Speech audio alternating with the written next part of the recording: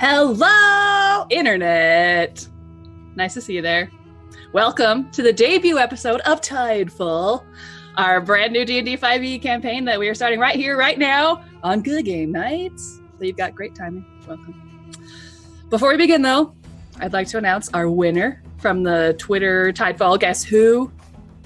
And that is, drumroll please, Joseph Hickola. Thank you, Joseph. Congrats. You didn't get all of us right, but, well, us then. You didn't get all of them right, but hey, you got more right than most people, so. Pew, pew, pew, pew.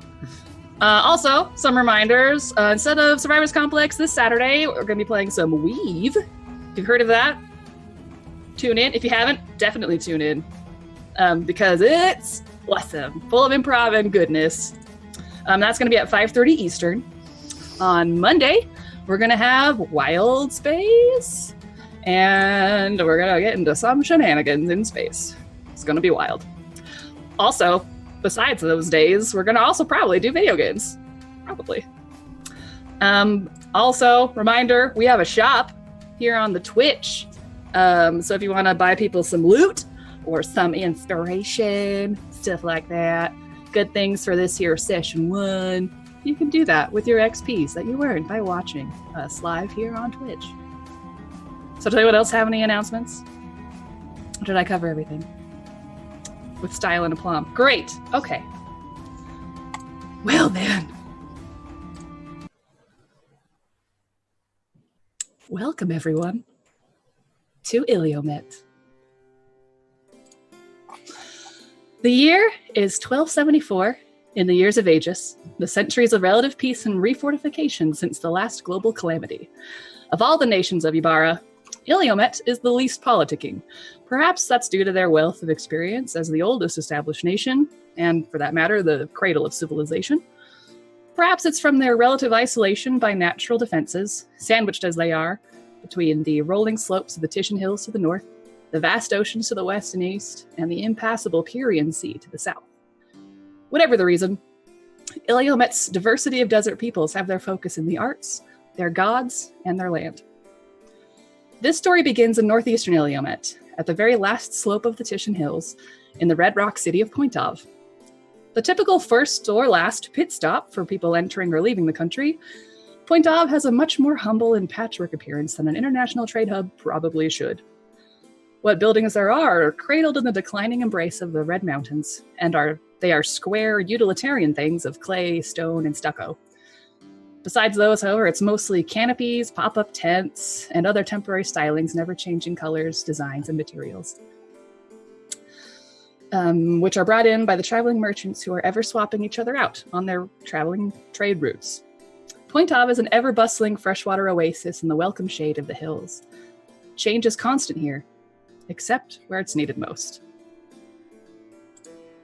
So far flung from the national center, the capital city of Vermeja, and the seat of the current Empress on high, the military and governing presence in Pontauv is spread thin at best, disinterested at worst, making the city a perfect siren call for the self-serving, the compassionate, and the coin-motivated.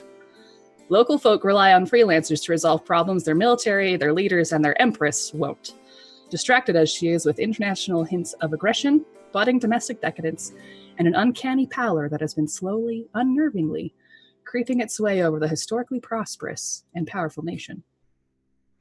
But our story begins with much more modest concerns.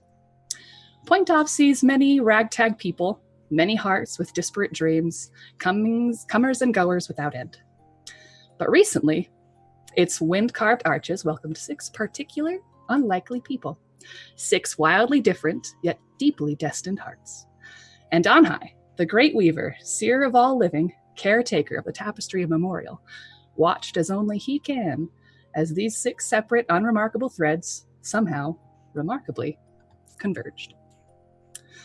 We begin in the late morning of Earth's Day, the 23rd of Burnish, in the tall, spacious meal tent of the Raja's Round, a collection of various sizes of thick canvas tents owned and rented out in the desert equivalent of an inn. Breakfast has come and gone for early risers, and the tent has 2 of its walls drawn up to the ceiling to let in fresh air, which smells of vanishing dew and warming clay, along with the yellow-orange sunlight slanting in from off the mountain. The half-dozen low tables and ground benches sport only a handful of patrons, as most people have gotten up and at 'em for their daily grind or goals by now, and the sounds of craft and commerce have long since recommenced their pitching and keening a quarter mile away in the Merchant Square.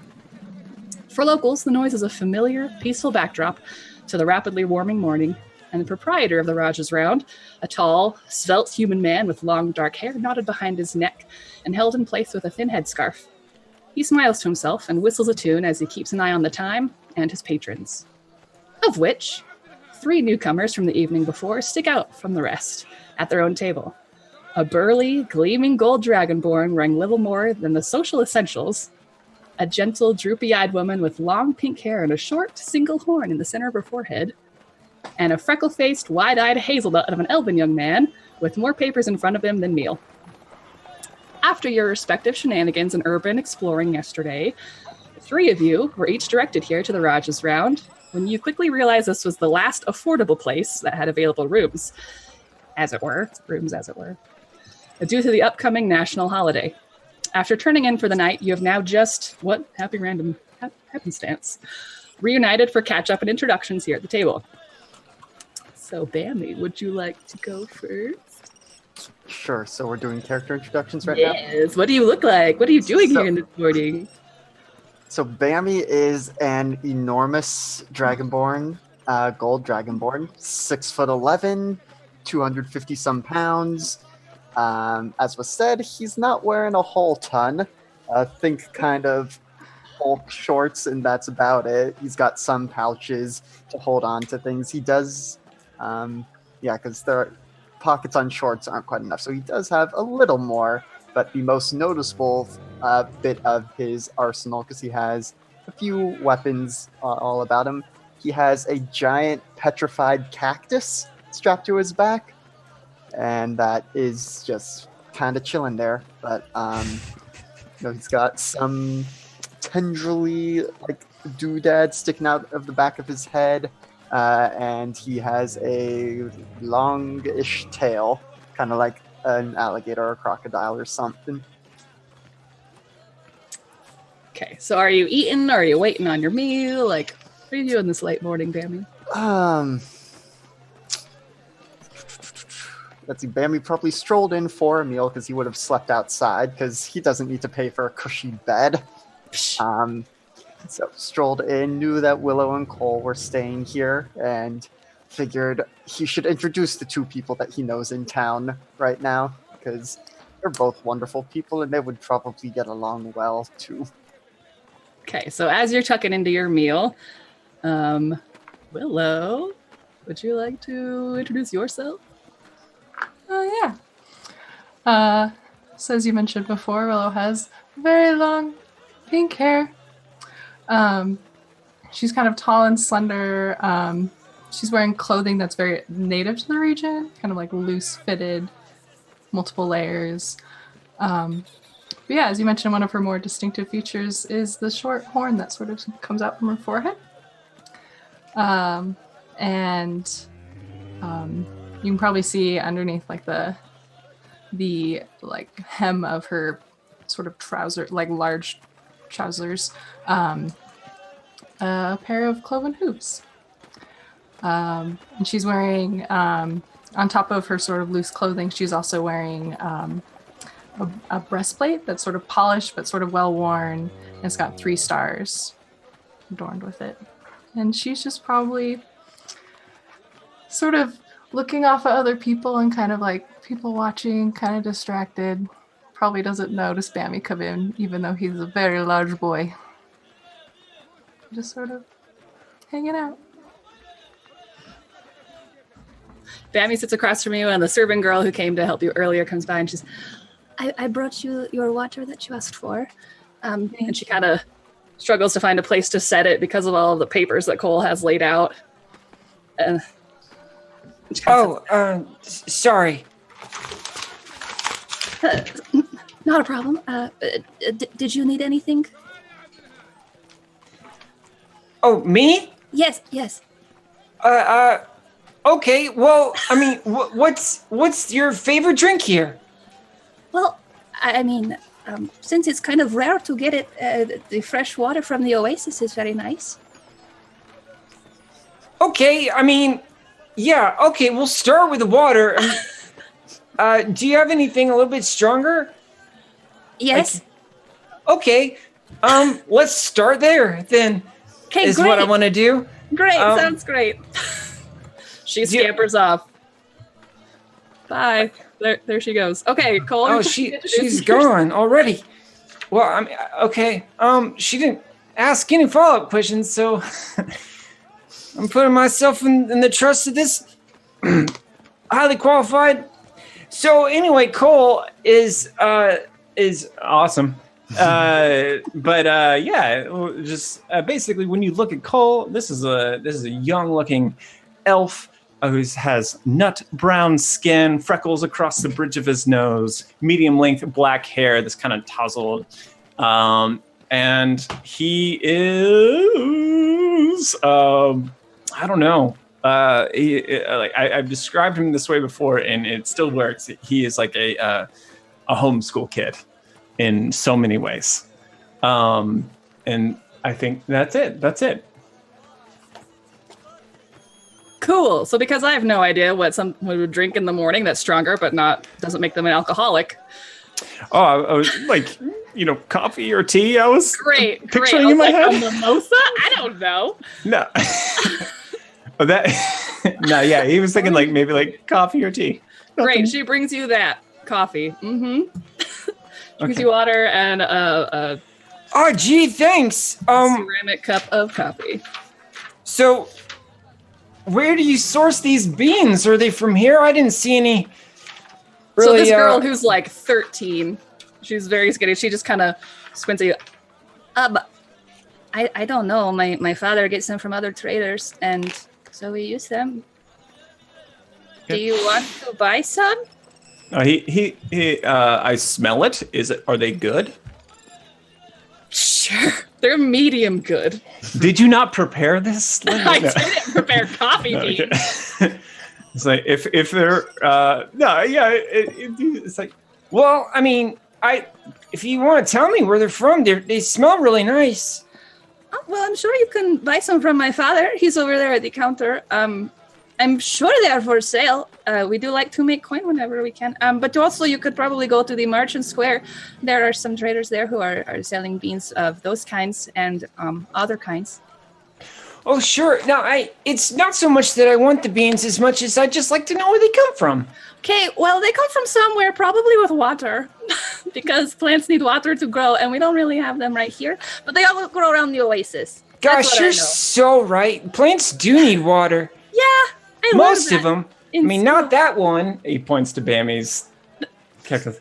Yeah, and she's she's kind of tunnel visioning, talking to you and kind of glancing over at Bammy and Willow because they're just so weird looking. But then she's trying to be really polite and just is just staring at you to try and not look at anyone else. So is there anything else I can get all of you? Some more I'll water. take some meat and eggs, please. Great, I can do that. Okay, I will be back. And she leaves you all to your devices.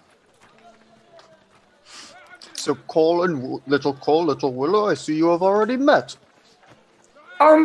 Sorta. I mean, hi. Hello. Yes, I believe I did some introductions last night, but I'm glad you are enjoying each other's company this morning. Well, I mean, everything he has here is so interesting to look at because it's just table of notes, right? So I'm sorry. I normally am not so messy, but Act of God and all. just trying to find something, and I can't get it. But I'm sorry. I'm being rude. Let me gather these up. I'm sorry. So how do you two know each other? Little Willow's father runs some of the caravans that I have guarded in the past, and she has gone on some of those trips. That's true. She has told me much about her lady in the sky. Oh, do I recognize the thing by the symbol that she's wearing? Roll me a religion check, Cole. First roll of the game. First roll of the game. All right, rolling religion. I got a natural 20 for a 28. Oh my gosh, yeah, you recognize it. Oh, you recognize it, all right. That is the symbol of Orisana, the greater deity of mercy, light. You said, oh, yeah, I am Orizana. Actually, funnily enough, I invented the stars. So Orisana is the deity who supposedly invented stars out of just compassion for mortal kind and not wanting them to have to walk ever in darkness, which wanted them to always have light. Like some tales say that she is made of stars, others that she just simply bears the first star she ever made on her forehead so that she can look out through it and keep an eye on everybody, make sure everything's fair. And that's Orisana. Well, I mean, I know a little bit about Orizana, like 28 things about her, but I'm a specific number. I know, exactly. But if you have anything else that you know that I don't, because I just know what I can find. But I mean, you are a literal. You're in the club, and I'd love anything that you can share. I would love to hear everything. Oh, well, I mean, I have lots I can say. I've spent a lot of time at the temple, and I've learned a lot about Orizana, and I'm sure I could tell you lots and lots. Do you have any specific questions? Maybe that might help. Start from the beginning. Well, In the beginning. So as Willow starts, the young girl comes back with Bammy's like plate of various breakfast meats, like that sixth sliced bacon ham stuff. Just like a leg of some bird of some kind that's been roasted. Just like a bowl of just like eggs. She just sets it in front of you and is like, I hope that is okay. Is that a standard order size? Well, he's a very big boy, okay? I thought it Oh, would be okay. nicer No, than yeah, to- that's fine. So you tailor it to basically the customer. Well, I mean, I'm trying. Well, I agree with the choice. Okay. She's just like very nervous and like fretting. You did fine, little one. This will be plenty. Thank you. Okay, great. Okay. She kind of stands there awkwardly. So that'd be a silver. Bammy fumbles through pouches, just pulling because he knows about currency, but is still not the best about it. It's just like, nope. The one that is kind of white. Yep. It's the one that's not like your scales. But Okay. there are many that are not like my scales. Okay, thanks. That's Bye true. now. I should have described it differently. So about this same time, there's another young person, like a working boy, seems to have some sort of resemblance to the young girl in the face. And he's beginning to roll the meal tent walls back down before the day gets too hot. And just as the first half of one of the walls gets down, a trio of boots appears from around the corner. And the boy jumps in surprise and hastily rolls a portion back up for the new group who's trying to enter in the tent. He murmurs clumsy apologies in as many national languages as he knows. And in walks a beautiful woman, pale and perfect as a diamond, and she nods graciously and distantly to the boy as she enters. Walking beside her is a short, brunette man dressed equally as finely as the woman, but rather more foreignly, and he takes in his surroundings with the meandering patience of someone still half sleeping. Behind them, a tall elven man suddenly and subtly splits away from the group and approaches a primly dressed, canny woman sipping in the corner. The man is a study in contrast as they talk. Fair skin, pitch black hair, long angular features and ears, but muted clothing and gestures. Gestures, not the game. Soon, she hands him a few coins before setting her cup on the table like a punctuation and leaving the tent. Amon, would you like to introduce yourself? Sorry, I was like, wait, when did he do that? Never mind. Just So, now. yeah. So, as you said, Amon, he's taller, 6 foot, almost 6 foot. Not as tall as Bammy, but I don't think anyone's as tall as Bammy. Lithe, wearing studded leather armor. He's got 2 swords on his hip. He's got like a long traveling coat around him. As you said, elven, long ears, pale, dark hair, and bright eyes. And he doesn't really, at this point, he's very friendly. Like, everyone he talks to you can tell that he's very into the conversation. Okay. So as Mon finishes his conversation with the woman, what's our noble couple doing? You guys taking a seat, or? I am thirsty. Is that what we came all the way here for? For breakfast. Oh. Yeah, let's sit down. Okay. Excuse me, waiter. Genevieve, would you like to describe yourself as the waiter comes over? I would. Yes. My character, Genevieve, for all intents and purposes, is usually perceived as elven. She is pretty small. She's about 5'2", like maybe 100 pounds, soaking wet. She's very lithe. She has long, pointed ears, like an elf. She has light blue eyes and white waist-length hair and very pale skin. And she's very sort of ethereally beautiful, almost a little unnatural if you look too close. And her hair is always kind of moving around her slightly, being tousled by a light breeze, even if there happens to be none in the area. She's also wearing a corseted, like silk gown, which is emerald green in color. But she has a leather corset and leather boots on underneath, and is currently wearing a cloak, which is this very fine sort of like golden color. And she carries a sickle on her hip, and then around her neck she has a locket. Also gold. Perfect. Cade? And in this corner, Cade is stands at an impressive 3'4". He is a slender halfling man, taller than most halflings, but fairly thin. Noticeably lack any defining dwarven features you find in most halflings. Not all hairy. He has prominently or permanently tired eyes, which are a lavender color, and drooping ears. He's prone to yawning in quiet moments. He has cream-colored skin and copper-colored hair, which is prone to sticking up on the right side of his head, as it is right now, kind of striding into the tent.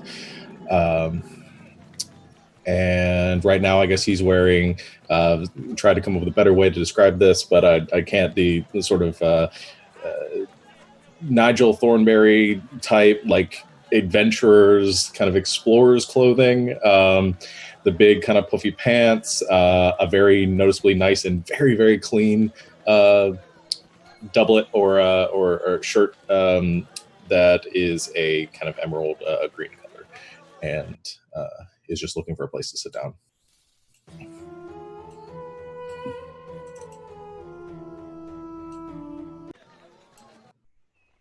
My bad. My music's broken.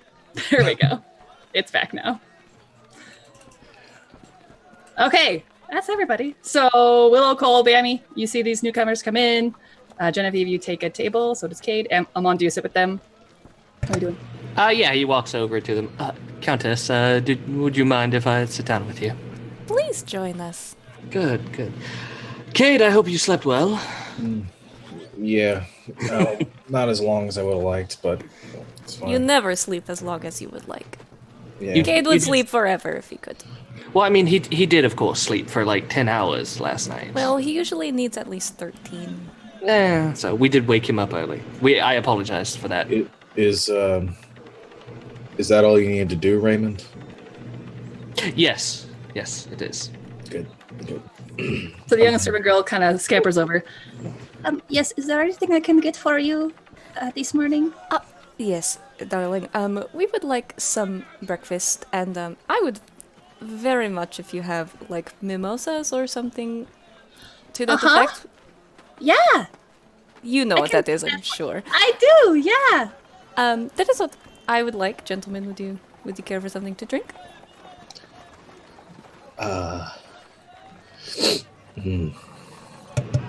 What do you have? I have coffee.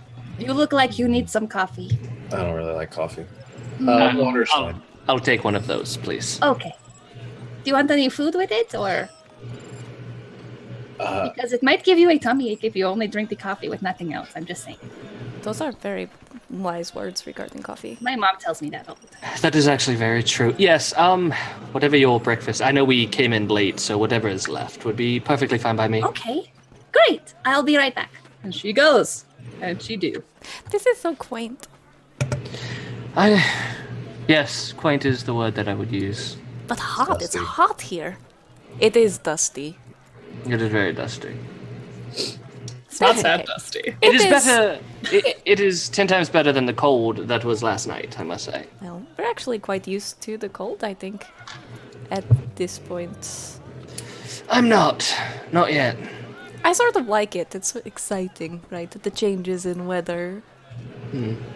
So Amon, Cade, and Genevieve, you also notice that pretty much the only other people here are the three oddballs off on their other table. This gold dragonborn, which none of you've ever seen. This pink-haired woman. And this little elf guy who's just furiously taking notes on everything. We're not the weirdest people here. I'm never the weirdest people here. I'm usually the weirdest person in any place, but today I'm not. It's weird. Cade, you've seen, a lot of, creatures and people and things. Have you ever seen a gold dragonborn?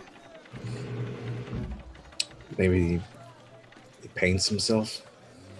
Maybe he's very rich. Maybe he's like King Dragonborn. Maybe. He's also almost naked, for what it's worth. This place is so exciting. I haven't met many Dragonborn. Did we split up what we got from?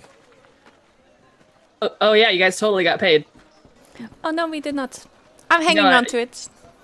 I mean, I got paid for what I did, so you two can keep yours. All right, you hold on to it then. Yeah, we don't have to split up our money. No, it's perfectly fine. I just met you in any case, so I don't think that would be proper.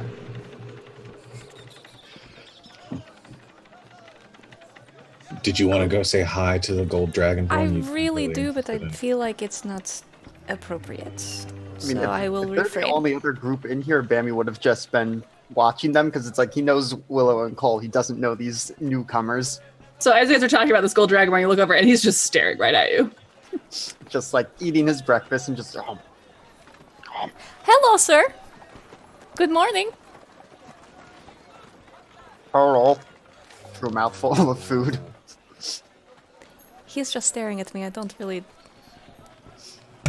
Are you not used to that, Countess? No, I'm used to people staring at me, but subtly. Oh. Well, you are in a new land, so maybe what you are used to is... It's going to be different. Well, it is proper for a lady to introduce herself. I will stand up and go over to him and do a little curtsy and say, "Good morning." Good morning. That was. Is that how? I've never seen someone say hello that way. Like this, I curtsy. Is your leg all right? Can it not support your weight? It is fine. That is how ladies from my homeland say hello. I see you looking at me and thought I would introduce myself. I am the Countess Genevieve Dufresne. Hello, little countess. I am Bammy. It's nice to meet you, Bammy. And these are your friends? Yes, this is little Willow and this is little Cole. I mean, just so you know, there's not like a bear Cole around somewhere. It's just like more of like a just a friendly thing that he calls us based on our size. Well, Cole and Willow, it is very nice to make your acquaintance. These are my traveling companions over here at my table, Amon and my husband, Cade.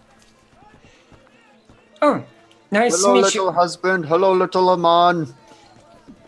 Yeah, I mean, it's nice to meet you all. Pleasure to make your acquaintance, Countess. Where do you say you come from? It's Serbuin, very far to the north. Oh, no fooling. No fooling, it is for true. Yeah, I'm from around that parts, roughly. I mean, probably not anywhere as fancy as you're from, but yeah. But that's maybe what brings you all the way down here to the south. Well, I can't speak for Emon. We've just recently met him on the road, but my husband and I are fancy ourselves travelers of sorts, or sort of out seeing the world, taking in the sights. We're very partial to learning things about different cultures, so we find ourselves here. Oh, me too! Excellent. Does the Count get enough sleep? He looks a little tired. It's a very long story, but he did not sleep well last night. It was unusually cold. So the young servant woman comes back and kind of like awkwardly walks up sort of next to you, Genevieve, and is like, So do you want me to put your food and your mimosa over here or over there? Oh, you can just set it on our table, darling. Thank you. I take So the mimosa from her. Okay. Well, all right. and she goes and puts your food down and brings Kate and Amon your stuff over there as well. Well, it is a pleasure to meet fellow travelers. I will leave you to your breakfast. I do not wish to intrude. May the stars guide you. That is so kind. Thank you. And I go back to my table. That is a kind. I love it. But Willow, how do the stars guide them when the stars are asleep during the day? Well, the goddess is always watching and she can always guide you even though you don't see the stars. So the stars are like hunters who are hiding from their prey? But not really hunting? I guess they're just watching, not trying to... I will have to reevaluate things if stars are predatory. Well, it's kind of like, the wind, you can feel the wind, you can see what direction it's going in. And even though you can't see it, you can still feel it and can guide you in that way, I guess. I mean, I'm assuming it's mostly metaphorical and figurative in its nature. A very apt metaphor. You will have to teach me what this metaphor is. Well, sure. It's...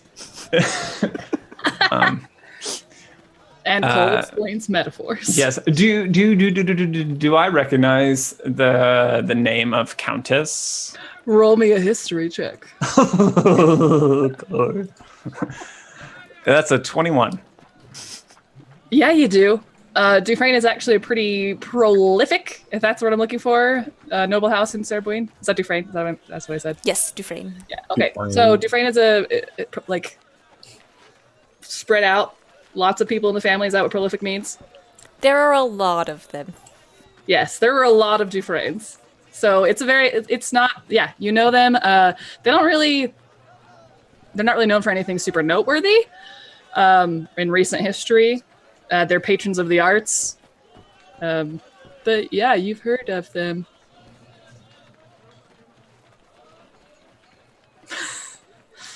Okay. I'm just going to take my hat. I'm going to take that. I'm going to put it under the hat, and I'm going to leave it there. Great. So, what is it we are going to do today? Well, we got I open the bag and show the pieces of the sand hunter that we butchered and say, that's right. We should probably get rid of this before it goes bad. It smells really Yeah. good. Yeah. I am sure we can find someone who will want to spend money on those things, yes? Yeah. Otherwise, I guess just look around, see what's here. We should find a market or something. Okay. At some point while Cole is probably trying to explain metaphors to Bammy? No, that's more of like a simile, actually. So, but I mean, it's close though. Like, hold on, let me try again. And Willow just puts her hand on Bammy's shoulder and be like, "Do you remember what time we were supposed to meet with Mr. Allen? I've just remembered." She said sometime tomorrow, which is now today. That's true. And we now have Cole. But it was my understanding he wanted us to have more in number. capable individuals. Yes. And I don't know if 3 is enough.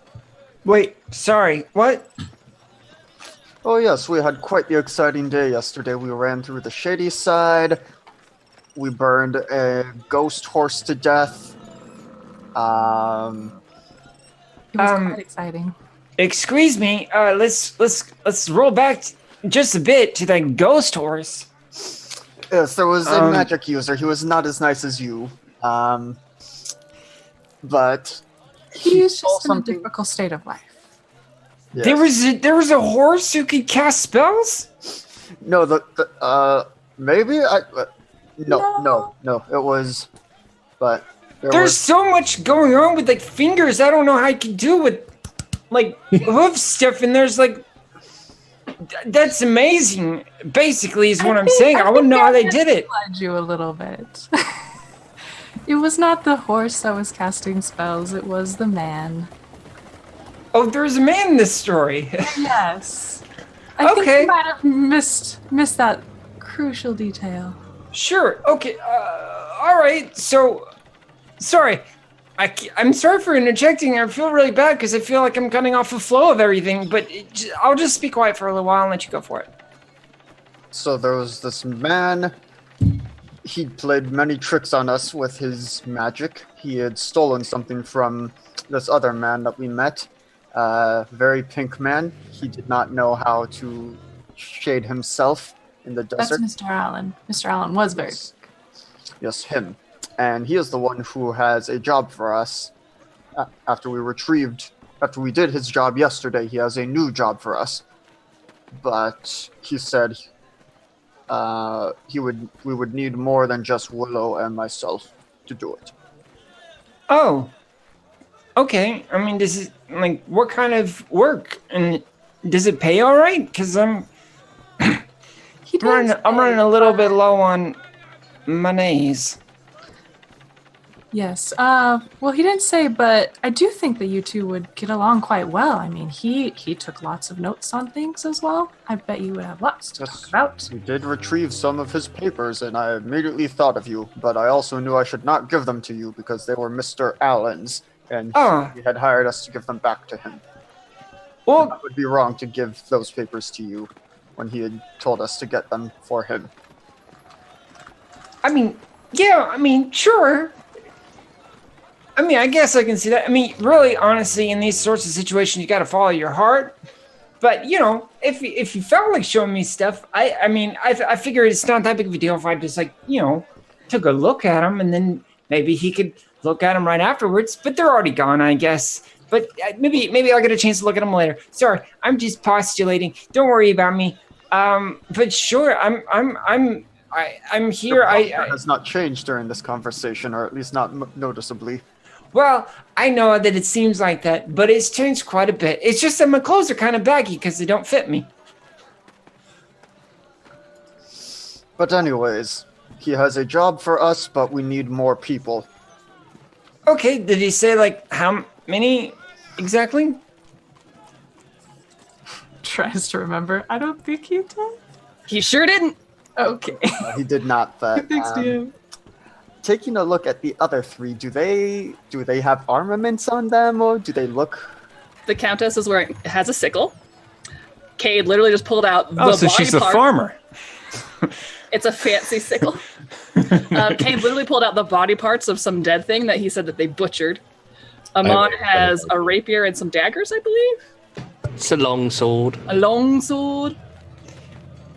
There you go. So Bammy will just kind of shift focus. Hey, you 3. Do you want to join us for a job? There's a man who wants people to do a thing, but he says we need more than just us. You guys are literally like maybe maximum 10 feet away, and Bammy's just yelling. And Cole's like mildly like proud of Bammy that he counted 3. Yes. Does it pay well, at least? He said he would have money. He didn't have money yesterday, but he said he would have it today. Normally I would say that is suspicious, but I'm in a good mood today, and I have nothing else better to do, so... Yes. I beg your pardon. We're going to spend the day with me. This sounds more fun, though. One, I did not want to assume that I was going to tag along with you and your husband. That might be a little weird, Countess. Well, you could come tag along with us. What? I point to Bammy. What's your name again? I am Bammy, little one, and I believe you were little husband. Cade. So, Bertrand, we'll stop. We'll come with you if you just don't yell as much, please. Don't be rude, Cade. I still have This a is my migraine normal from speaking yesterday. voice. He just speaks very loud. He's very large. Ugh. Let us do this. Let's have an adventure. This sounds way more fun than what I was going to do today. Plus, I mean, if it is anything like last night, it cannot be worse. Hey, last night went pretty well. For you. For you! Again, other than the migraine, the searing migraine. I almost died. I almost died! Well, Yeah. you should dodge more. That is very true. I need to... Anyway. Maybe you should heal more. You. Hey, who saved your life? I don't know. I was unconscious for all of it. As just a little third person in this, he was also a goat for most of the night. A sheep. Sheep. A sheep. He was a sheep most of We the shall have to tell you the story. Okay, so last night we had the extraordinary pleasure of meeting this wonderful farmer named Hadrian. And his sheep were like mysteriously disappearing into the night and being like taken, and he did not know why. And it was very, very frightening because we found that these creatures were being controlled by this like wizard man. Cade, show them like the ears and stuff. I was showing the circlet that we took, that he gave us. So there are these sand... Have you ever heard of sand hunters? Cole, I'm sure you've heard of sand hunters. Oh, yes, sand hunters. Of course. So they were being controlled by this... That's not the right world. I totally know them. It would be nature, actually. Nature. But is that the same as yours? Okay. Would Yeah, Bammy you've heard of also them. have heard? Yeah, Bammy, you know what they are. Okay. They are basically Yeah, I know what they are. sonic, psychic hunting dogs. Sonic Psychic. Yes. So Hunting they communicate dogs. telepathically, but through sonic. Yeah. So they So like they whistle to each other. It's like very strange, but it's like how they talk. Anyway, we can talk more about that later. Okay. But yes. Is it later? I really enjoy you. So they were like being controlled by this wizard man with the fancy circlet that Cade is wearing on his head now, and he's like controlling them and having them like take the sheep and stuff. And then there was a big battle, and we killed some of the sand hunters and took the most valuable parts, but that's not important. But then ultimately we convinced the wizard hunter man to not kill sheep anymore. What was the wizard doing? I don't know. Cade, talk to him. What was the wizard's name? You're muted. You're muted, Sean. Oh no, I'm not a sand hunter. I can't hear that. You're just a bundle of energy, aren't you? He was lonely, just looking to get by.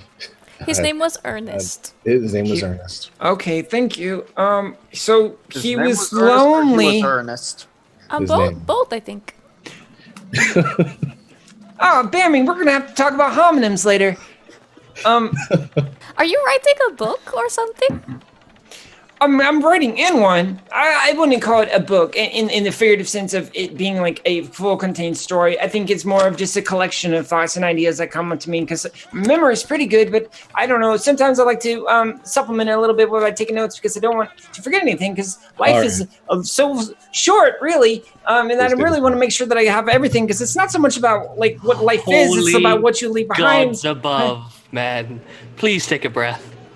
I mean, there's not really taking a breath. It's just like enjoying a breath. You know what I mean? Like it's like a possessive thing where I take it from anyone. I think it's just about it's just in being and enjoying and being a person and just taking things in and letting them go. But it's not about a possessive thing. You know what I'm saying? And then the young servant girl brings another cup of water for Cole and just like quietly leaves. That is fascinating. I very much enjoy you. Oh, thanks. What is it like in your head? I imagine it's very busy in there. Probably really cramped and wet, I guess. Because of your brains brain. are pretty wet. We shall have... You seem very smart and very knowledgeable and like you know a lot of things. And there are things I would like to know. We shall have to talk. But later. I would like to know about this job, though. Now that I have told my story. Yes, well, we also... Willow, you were about to speak. I am told that what I did was called an interruption, and that is rude to do, so please, go ahead. I've only been here for like 10 minutes, and he's already learning etiquette. I'm amazing. You're a good influence. You are such a good influence, Countess. Congratulations. Well, we don't know very much about the job, actually, so maybe we could head over there and maybe meet with Alan and kind of talk about it. He told us where we should meet him. It was in the market. Have you been there yet? No, we have not. I think we were actually planning on heading that way anyway. Yeah. We have some things we would like to perhaps find the buyer for. Well then, shall we be off then? Bammy, did you finish your food? Yes, I have. You It's must like, teach with me the how stuff, to eat so fast without it's getting all food on your gone. face. Oh, there is food on his face. He just then puts it back into his mouth.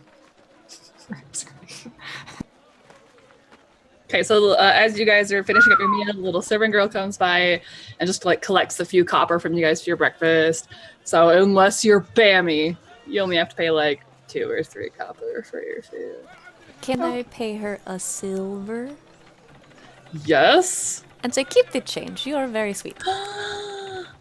Thank you. And she tries to mimic the curtsy you did twice, and she like kind of does it. That's very good. You keep practicing. You'll be a real lady in no time. Okay. How many silver or copper in gold? 10. Oh, 100 in a gold. There's 100 in gold? Okay. Alright. Figuring this out. Here we go. Got it. Math.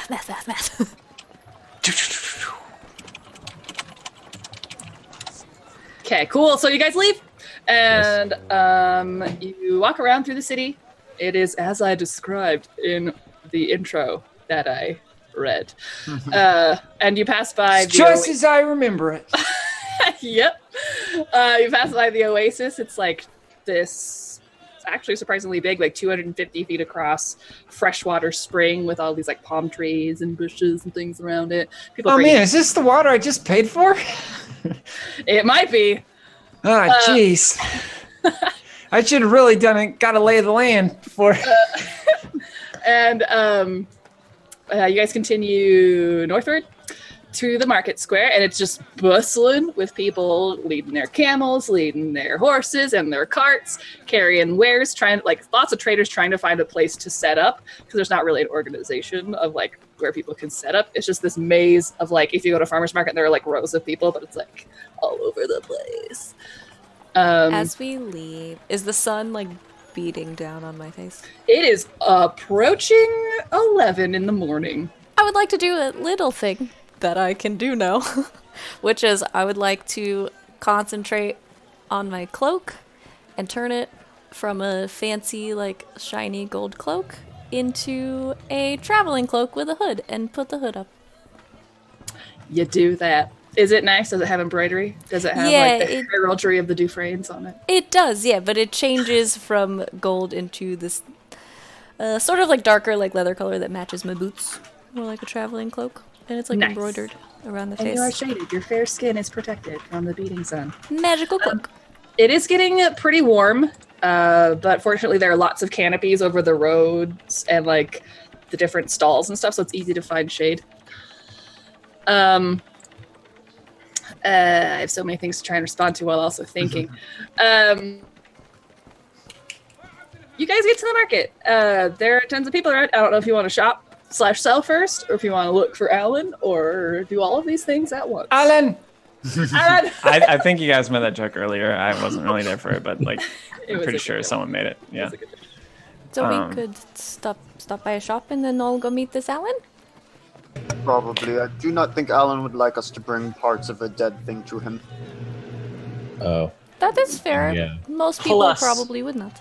Plus, with kinda this smells- heat, it is getting pretty ripe. Wait, what death thing? What is going on exactly? Oh, this. We have harvested. Yes, so look inside. It's very fun. But I have quite a bit of knowledge about like nature and creatures and things like that. So we have harvested the important and valuable parts of the sand hunters that we defeated in battle and would like to sell them to a merchant. Oh, that's so okay. Cool. Oh, no. So the sand hunter was kind of an organ donor. You read? Yeah, guess- sort of like that. Yes. All right. Just It like sort of anything. involuntarily donated its organs, but it attacked me first. So Oh, sure. That's Pontauv rules right there. well, and there are lots of pieces of creatures that can be used in like alchemical formulas and like spell casting. I'm sure it's things that you know a lot about. So Well, maybe. There's a chance that I know about it. Well, with your 19 from earlier, you, I don't know if Kate shows you the bits again, like, hey, this is what we have. Those are definitely the most valuable bits of a sand hunter. Okay. Do I know what kind of things they're used for? Do I know what kind of things Mr. Allen have planned for these things?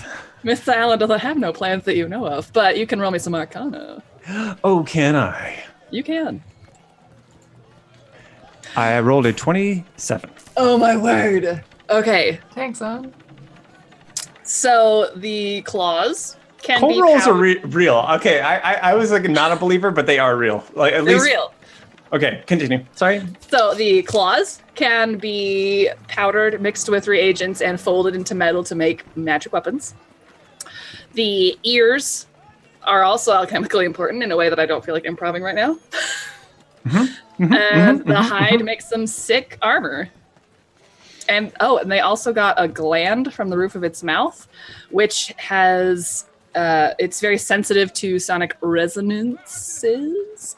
So it can be crafted in a whole number of ways. Like it can be used for detection spells. It can be used for communication Oh, spells. in that way. Gotcha. Got it. Increase hearing. Okay.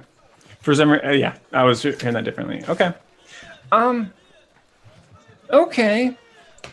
Yeah, I just looking over it. I don't mention these things yet, but logging in my head is like, Mr. Allen's planning on a war of some kind. Or anyway, continue. Sorry. Okay. Are you guys looking for a buyer or seller? Are you looking for Alan? What's going on? You sell first, and then. Great. And then Who's looking for a person to buy? Depends on what They're kind of check selling it is. people here? Well, the problem is that there's not a permanent enough setup, but Bammy is probably overall the most familiar with Pontauv, and so would know, like, okay, maybe these kinds of people, the people who would buy dead animals or animal parts, probably Yeah. congregate in this area. Bammy, make me an investigation roll with advantage, my dude. Oh boy. With my know. -2, You got this. I believe in you. that's a 6. I mean, eventually. At least it wasn't in that one. You guys walk around, and Bammy walks to places where people used to be that bought hides and eyes and hooves and things, and he just kind of looks at people grumpily, and then he goes to a different place where people bought and sold things, and it's like a stable now, and like the horses and camels and like donkeys and things get like really agitated at the smell of like blood, and he's like frustrated. But eventually, you come across a stall. Like as you walk past this one stall, this like row of stalls like 20 times. It's been like an hour. It's really hot now. And there's this person who's just like, hey, are you guys trying to sell something? What are you looking for? Well, Hey, you, yeah, you. what sort of merchant are you? kind Well, person. and he like gestures to his stall, and that he's got like all sorts of things. He has like trinkets, like baubles hanging from it, just like wind chimes. He's got dream catchers. He's got shirts. He's got mugs. He's got a few like daggers. He's like this guy who's like, I just sell all of the things. This is the gift None of shop. it's very good. One of those stalls that's like, I went to Portland and all I got was this stupid shirt. Exactly. Exactly. I sell all sorts of things, so. Would you buy something like this? Oh my gods! Okay. All right. That's a lot of. That smells really good. Why? It really doesn't. Why do you have a dismembered beast in your bag? I feel like if you have to ask. Truly, it's Why would I not have to? Like, why would you ever not at? Like, why is this a normal thing? Well, I am how sorry. are they gonna get the whole beast in there? That is a very good question, Cole. Also, He I mean, doesn't- I'm he looks sorry. like- I thought we Smells had. like- I thought we had stumbled upon a purveyor of very high class and fine goods, but I suppose we were mistaken, so we can take our business elsewhere, thank you. Roll a persuasion check, Genevieve. That's 17. You guys are gonna Skyrim this. Okay. Yeah, nope. Hey now. I didn't say I wasn't interested. I was just wondering why fine folks like yourself were coming around with smelly blood bag. But that's not to say I'm not interested. Let me get a closer look at that. I open it up and I show him the 5 pounds of hide, He's like gagging, but like trying to hide it. 12 like, seen this sort of claws. thing before. Uh-huh. ears, Yeah. the gland, and a collective handful of bloody Is teeth. that a pile of mucus? Like, what is that? Actually, I know exactly what that is. Turns out. So, what are you asking for all this? You trying to offload all of it, just some of it? Like, what? What are you doing? What's the plan here? It depends much- on how much you're willing to pay. Okay, that's not how. Okay, well, here's the thing. I'll take all of this off your hands for like 5 gold, 6 silver. How's that sound for you? Yes, Cole. Do I know if that's a fair price or not? You Based probably. on my 27? Yeah. Based on that and also your nature roll, nope. It's super not. Also, roll me insight. Okay. Also, I can't Genevieve, find props it. in It starts with an I. Okay. Just a 12. Yeah. It's not a fair price. Countess? Oh, yes, dear. I'm really sorry to interrupt, but he's really straight up lowballing you right now. Really? Is what my friend Cole says Excuse me, true? That's well, I think that's a very fair price. I mean, if you're not going to tell me what you're looking for up front, you're going to have to take what you can get. Cole, Right? what does this lowballing mean? It means when someone offers you something for far less than it's worth. It's basically kind of a negotiation and a tactic where they assume you're gonna like haggle with them and it'll come up a little bit, but they still will make more money this way than the other way. It's pretty opaque when you look at it from my perspective right here, but I mean the products that you are offering here are worth a lot more than just 5 gold. So Okay, that's in the eye of the beholder, if you know what I'm saying. And if I may, I'm talking to. Did you say Countess? Yes, Countess Dufresne, pleased to make your acquaintance. Yeah. When I said 5, I meant like 25 gold. Yep. That's what I meant. What do you think, Cole? or I think that's a good starting point for the low ball thing. Now you got to go high, and then you'll find something in between.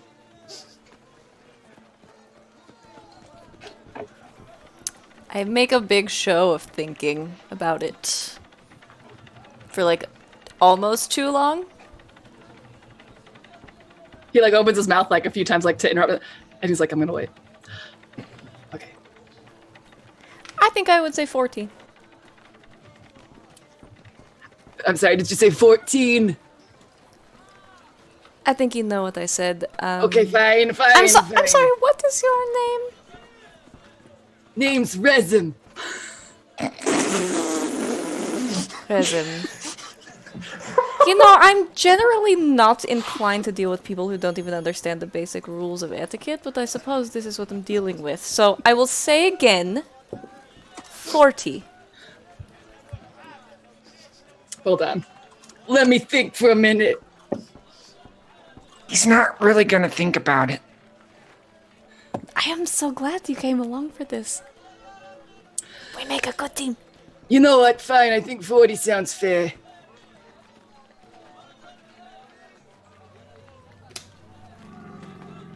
Any final words anyone would like to say? Any objections? Well, it's a little strange to me that he didn't try to talk you down from that, but... He glares at you, Cole. So, it leads me to believe that you could probably take this to another merchant and get much more than 40. That is an interesting thought. I'm sure there is like an alchemist or a collector or something in this. Fine, yeah, so if you want to go to somebody else, then do it. But I mean, it's really hot out there. I got the coin in hand right now. I'm just saying. Oh, I think I can take care of that. And I cast prestidigitation?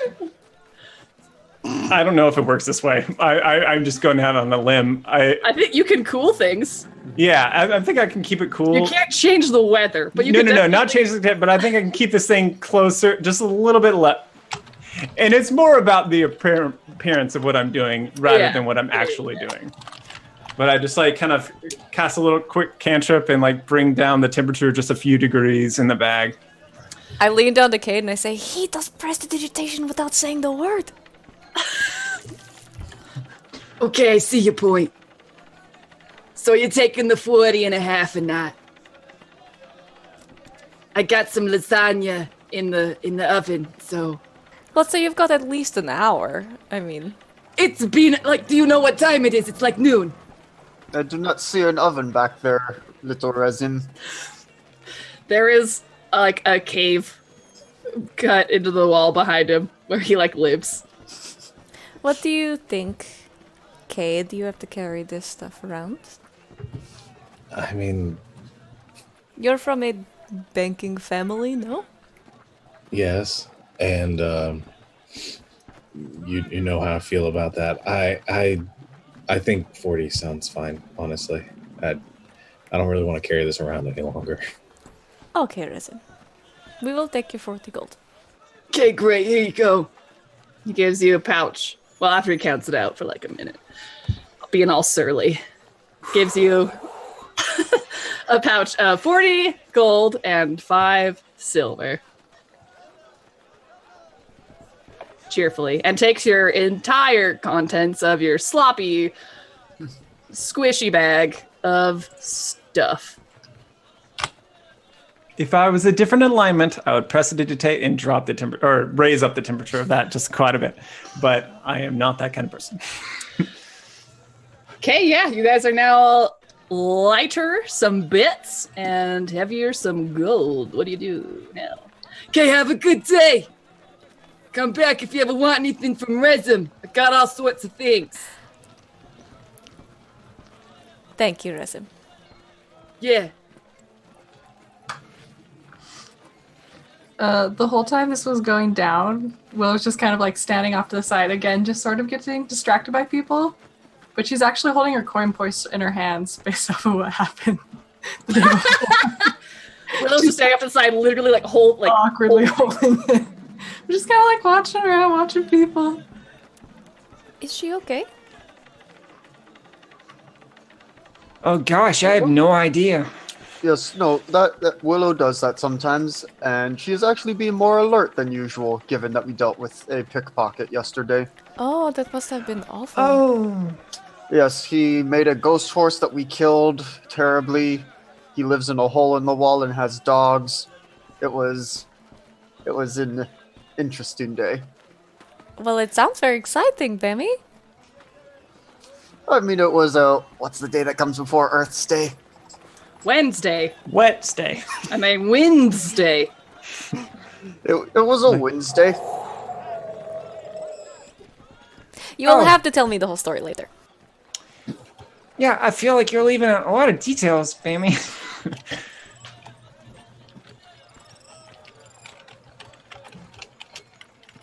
And he just kind of, the train stops there. Shall we go find Mr. Allen? Yeah, I would very much like to meet this Mr. Allen. Cade, wake up! He sounds like a gym teacher. What He's is not a very athletic individual, so I do what not is believe... gym? Well, Jim is another teacher. Cade, wake up! You're sleeping against the wall. Come on.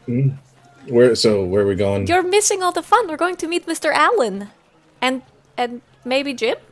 Have we met Mr. Allen before? No, but Colin, Bammy, and Willow know him, and he has jobs to do. Well, I don't really know him personally, but Bammy does, and Willow does. Yes, Cole went to go meet the wizard when we met Mr. Allen.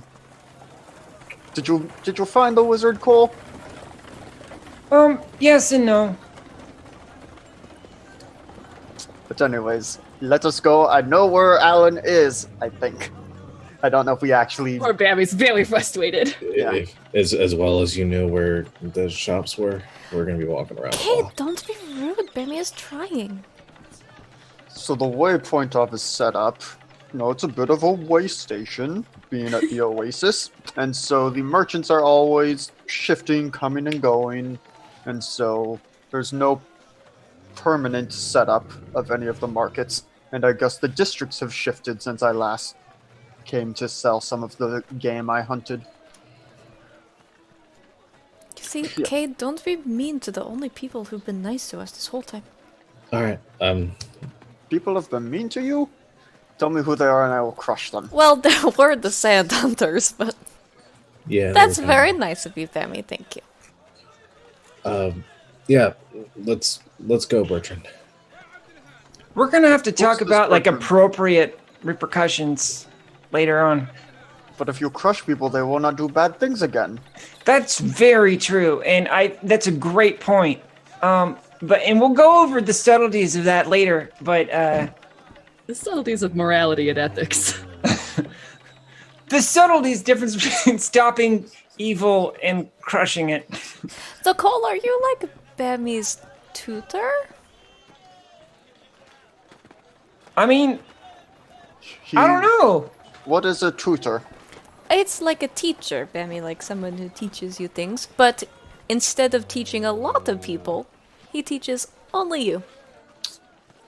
I suppose Cole came in on the latest caravan that I was guarding, and he has been teaching me many things. My reading has gotten better.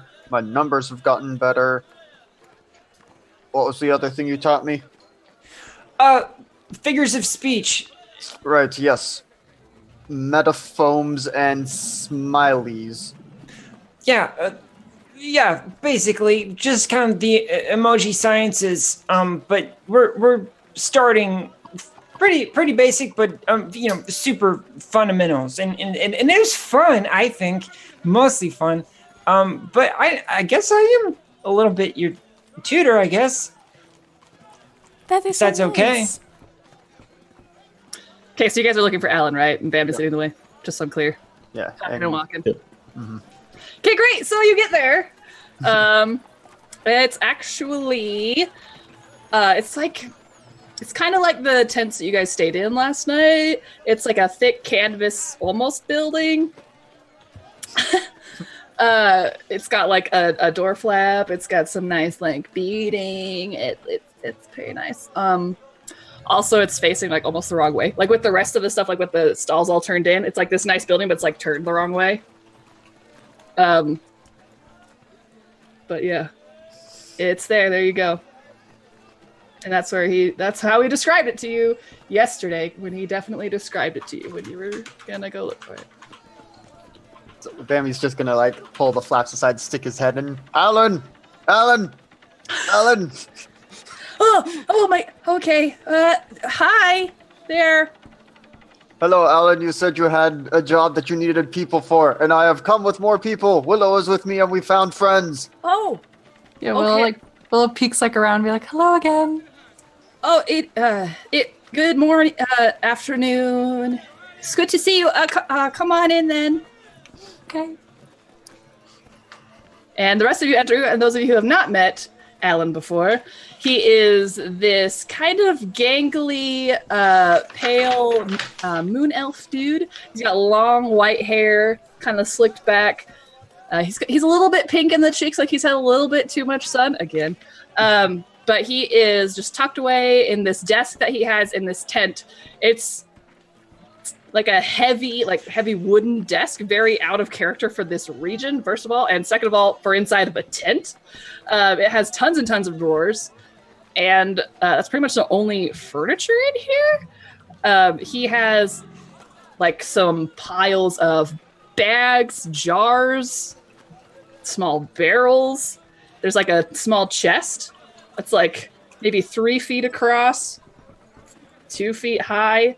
That's just like off in the corner with all the rest of the junk. And he's just sitting there at this desk, and he's just kind of awkwardly turns around in his chair to see you guys and kind of starts to stand up and then like sits back down and like thinks. It's hi, I'm Suryalanir Sotash. Do you guys all want a job then, or?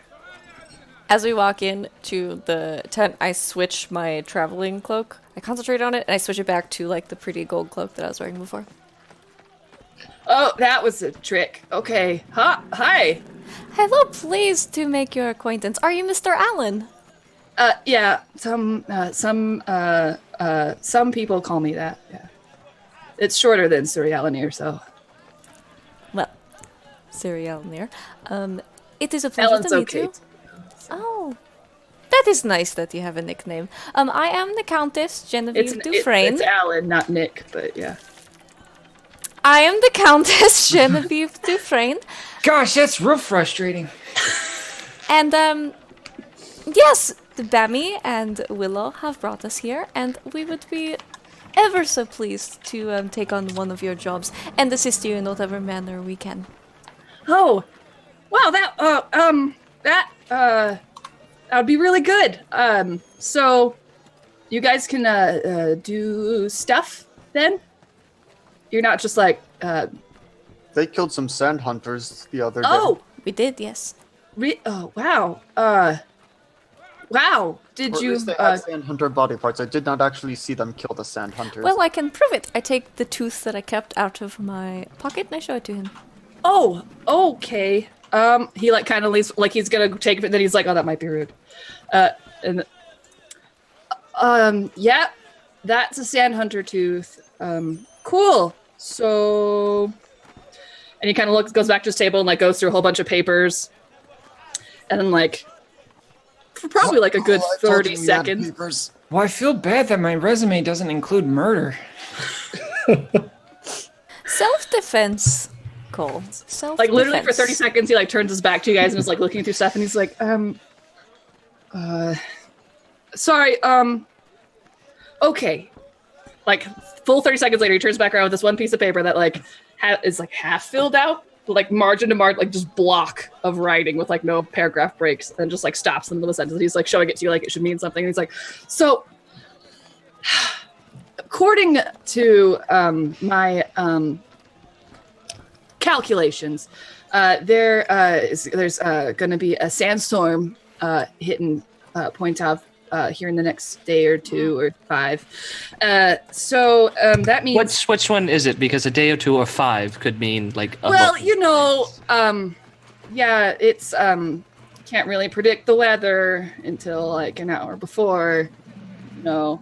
So Then what? I apologize, but what good are you if you cannot predict something unless it's hey, almost here? look! I'm an arcanist, not like a A druid. good one, but okay. Okay. To be fair, Amon, He just an sits and like hour's... lifts with his legs and just like kind of pulling on his fingers. You should not be so rude. An hour's warning is better than no warning.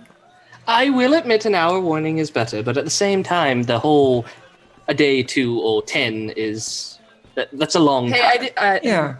didn't. I mean, say If someone But- throws a rock at my face, like, and I know it's gonna hit, is that like prediction? Can I call that like predicting that I'm gonna hit in the head of the rock, Well- or is it just like being He's really slow? just like super deflating in his chair, and he's, well, it's not the point. Cole, if you had an hour's warning that the rock was going to hit you in the face. That's true. I mean, I've done a lot of research on meteorology, and it's actually it is really hard to do. Yeah, he kind of gestures to you like aborted movements. I mean, that's what I'm saying. Anyway, it's not the point. He like fixes his like already tied hair. So basically, Pontauv has some druids who go out and like make sure the storm's not too bad when it comes to the city. And I'm just wondering how that works when they do that. So I was hoping I could get some people to go out with the druids and take one of my devices and just measure that. So, What kind of device? well, and he perks up. Pulls up, turns around, like just turns his back on you guys, like just his chair kind of like scrapes in the dirt a little bit as he's like turning it. Opens a drawer, and he like opens up 3 more drawers inside that drawer, like reaches down to his elbow, and it's like, no, okay, hold on, and like closes all of those, and pulls open another one, and like flips open some stuff that like, as if it's like a craft case.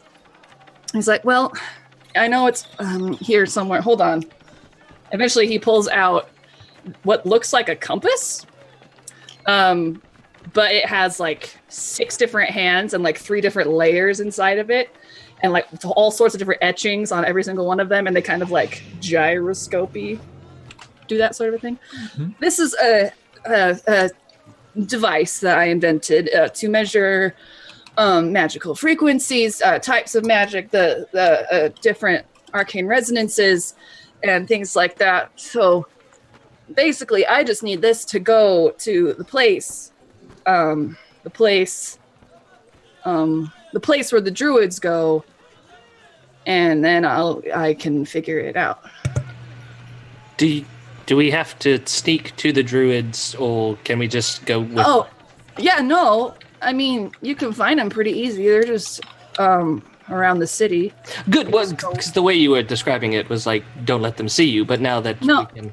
That's fine. Okay. Did you make this? Like, all of this? That's what I said. So. But is that what's true? Yes. Okay. You That's just really phrased that impressive. very curiously. That's very impressive. Guys, Yeah, it is. I mean, you can roll insight if you want. What does it Nope, do? I'm good. Okay. Well, like I said, it Measures resonances, but like how does it do? I guess like how it do is what I'm wanting to know. So, and then he like kind of gets out a little screwdriver from one of the drawers, and he like kind of screws out this little part, and he like says a few words, and like the top pops open, and he like pulls off some of the discs, and he's like, so basically, when I made this, I put in different fragments of dragon shard, skyrock, some different. It's got some like suspension from glands of. Wait. He looks over and sees you taking notes. And he's like, it just does what it does. And he puts it back together and closes it up. Kind of gives you like a squint. May I cast Identify on this thing? It'll take you a minute, and you'll have to touch it the whole time, and he's just holding it. So probably not right now, but theoretically, if you guys take the job, then yeah, you could.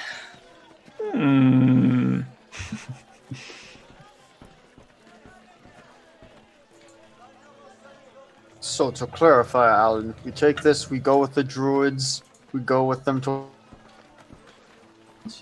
This will do a thing, Uh-huh. and then we bring it back. Uh-huh. And this needed more than just me and Willow. Why? Well, I mean, the druids go out into the desert to do their thing, and there are lots of things out there. I So suppose that is... I didn't want to just send two little pinkies and goldies out there to get So Bambi kind of straightens up, but not like full on looms. It's just like, I am not little. he like leans back and he's like, well, I mean, you know what I'm, you know. I'm not really that pink, but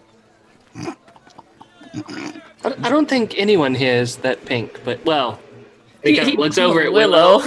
Yeah. Willow was like, Well, of course you are, but that's a different story. I love the hair. So do you did you wanna or not wanna? well, I think it's wise for us to discuss terms of payment. That does sound like a good idea. Okay. Well, since there are 6 of you, I don't know. How about like 10 gold apiece? It's more than I get for most caravans. Oh, is that too much? We could do like 9 instead. Bammy, I gotta talk to you about setting your own value. Like, you're worth more than 10 gold, Bammy. Look at you. I am all gold. I am too. Hey, smallness. Don't knock that over, okay? Just be careful over there, okay? He says to Kate. Do we just refer to people by their height in this establishment? Is that like acceptable Well- Kate, behavior? who has moved some furniture aside and Yeah, now is lying on the ground with his hat over his head, trying to sleep. I don't know who you guys are, so. And we don't know who you are, Mr. Allen. I'm Cole. Except Hi, rude. Cole. He like puts his device back on the desk and he shakes your hand, and it's like the floppiest handshake. I'm Just like no upper body strength. He's a noodle. I'm Cade. I'm also bored. Oh, okay. So how will we know when the device works? Well, I mean, hold on. And he like gets it, and he says some arcane words. What spells does he have? Let me see. What kind of arcane words are those? Hold on. What kind of words? What was that call? I'm sorry, you're mumbling. What are the words? He says some arcane words that are arcane that I don't feel like improving, and he You made up your own language. so he casts this little spell over here next to him, and he basically just makes a double of him sitting there. It just sits there. And then as he does, the little device in his hand that's not casting the stuff, it starts to like glow and spin a little bit, and it makes a very, very tiny, like humming, almost whistly noise. And then there's like a very tiny click, and a very tiny click, and a very tiny click. And then he's like, it'll do that. So. Okay, then we bring it back to you. Yeah.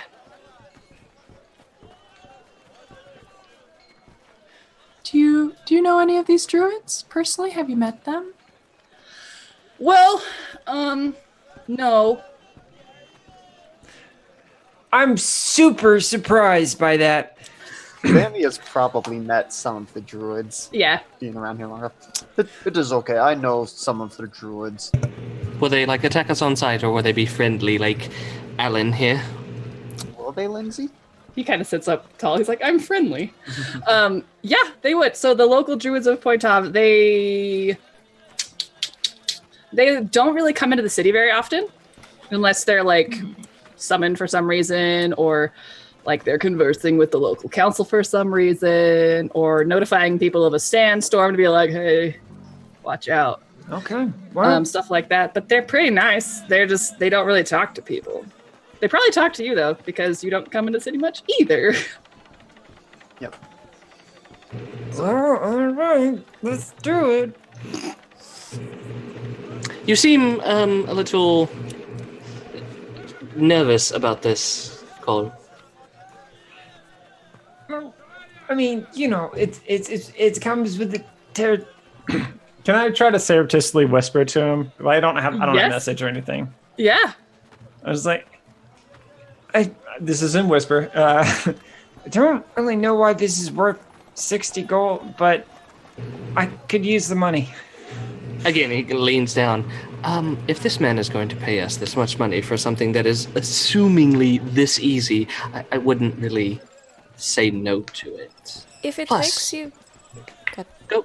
Oh, plus, I mean, there are 6 of us. You look like you can handle yourself. If something goes wrong, it'll be fine. Don't worry about it. Does he? And if it makes you feel better, Cole, I have... Most of my experiences with druids have been pleasant. Oh, welcome to the Whisper Circle. Hey,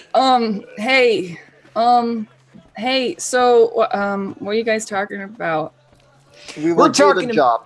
Yeah, we're talking about how difficult this job is going to be and how we really, really just got to work to get teamwork, really. Just come together, have each other's back, and... Okay, well, that guy. Okay, so I have other things if you don't want to do this thing. So... No, this seems fine. We would just... But I don't want it to Really and truly. No. hard. Really and truly. The 6 of us have just met for really the first time today, so we were just making sure that all of us wanted to do this. So Yeah. Mm, And we're the feeling... 3 of us are fine, and the 3 of them are fine, but all of us met today, so it'll be fine.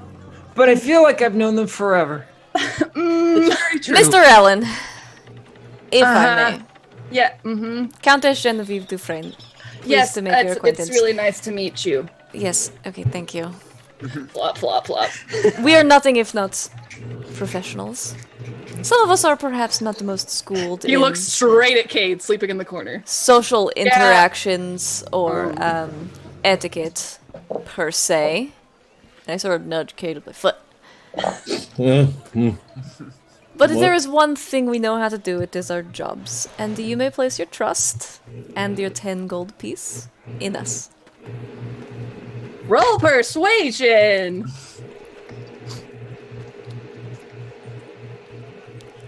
Oh, that's not very good. Oh, isn't it? 13. Well, okay. Well.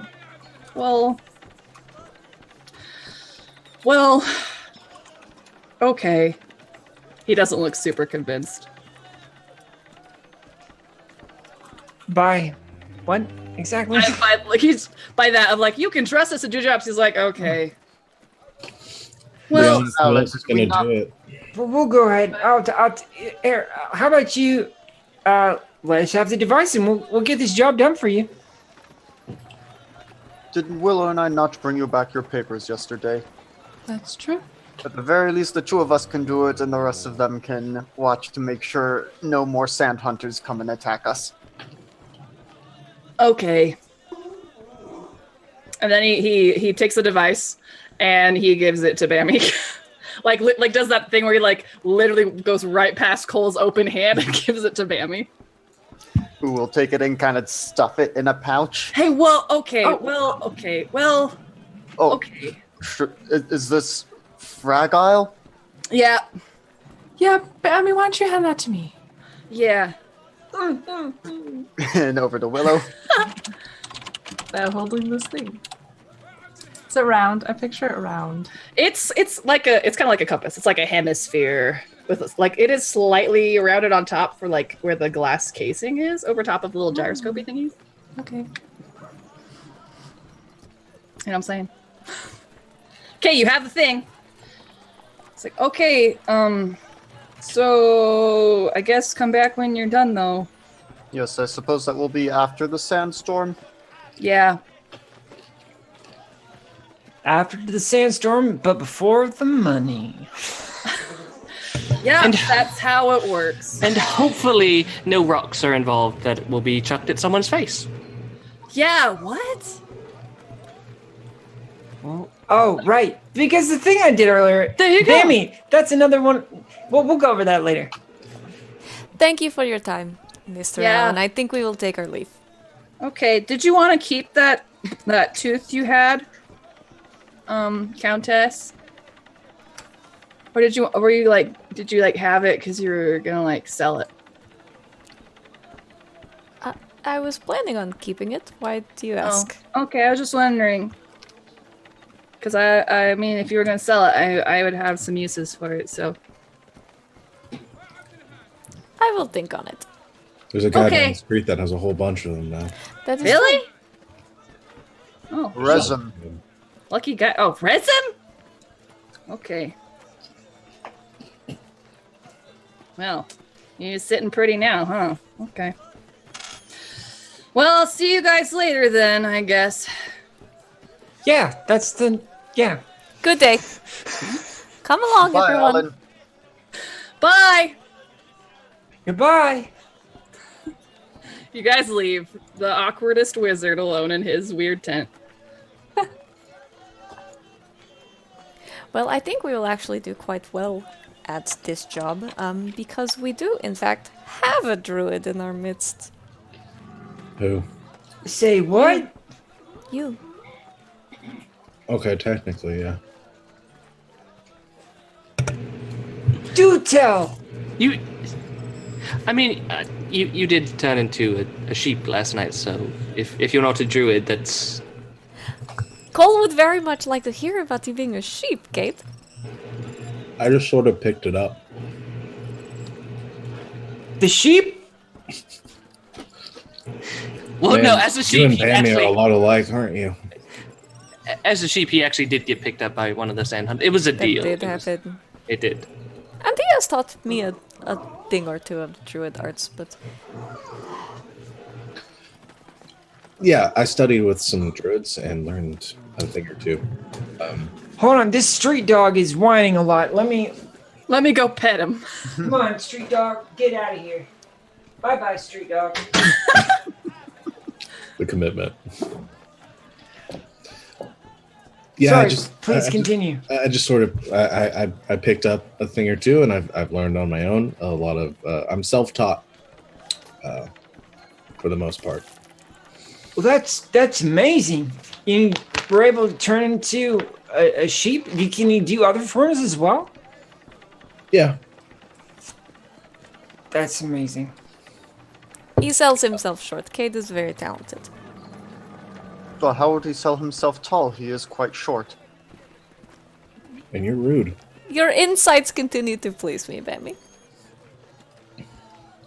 I am not rude, I am Bammy. You are also being very rude today, Cade. It's hot out here. He is not rude, he is Cade. It Are is you very not hot. married to him? Do you not know your own husband's name? He has many names, Bammy. But, Cade, you are a druid. Do you know of what the druids around here do to predict the weather, or do we still need to go see them? I'm assuming not. Rob's not, but you can make okay. me either an Arcana or a Nature check. I'll roll to see what happens. Sounds great. I'm not proficient in either, but that is a 17. Well, so you don't know exactly what they do, but based on Alan's super detailed description, you assume it's probably some sort of natural magic used to like either diffuse the sands before they can get this far and like basically bury the city, or like kind of like wind power. You know what I'm saying? Like natural power. Mm-hmm. You know what I'm talking about? Yeah. Something like that. Like they convert the incoming energy of the kinetic energy of the sandstorm and make it like. It's probably something like that. I have no idea. Well then, shall we go visit the druids that I know and find out from them? I think that's an excellent idea, Bammy. But before we do, can I take a pee break? Because I had a lot of coffee at breakfast. Yeah, we can and- definitely take a break right now. Oh, I thought this was going to be the first time that anybody ever like acknowledged their character needing to use the bathroom. And I was gonna do it before Alan started talking, but I'm like, I should let Alan talk first. And then he never stopped. Yeah. Okay, break time. Bye, everyone. See you in a bit. We'll be back real soon. Like 10 minutes. Welcome back, Internet, to the debut episode of Tidefall. Hopefully that break wasn't too long. We're just so exhausted from being amazing. But we're going to come back now, and we're going to be even more amazing. You're welcome. So, wait, what? I don't know. Survey announcements? Anyone? Aren't we doing that? Anyone? We did. Oh, we did I that. already at the did that. beginning? We could do it again, though, for anyone who wasn't here at the beginning. Paying attention. Yeah. The person who won. Yeah, so let me tell you a thing, everyone. If you weren't here before, I will tell you it again.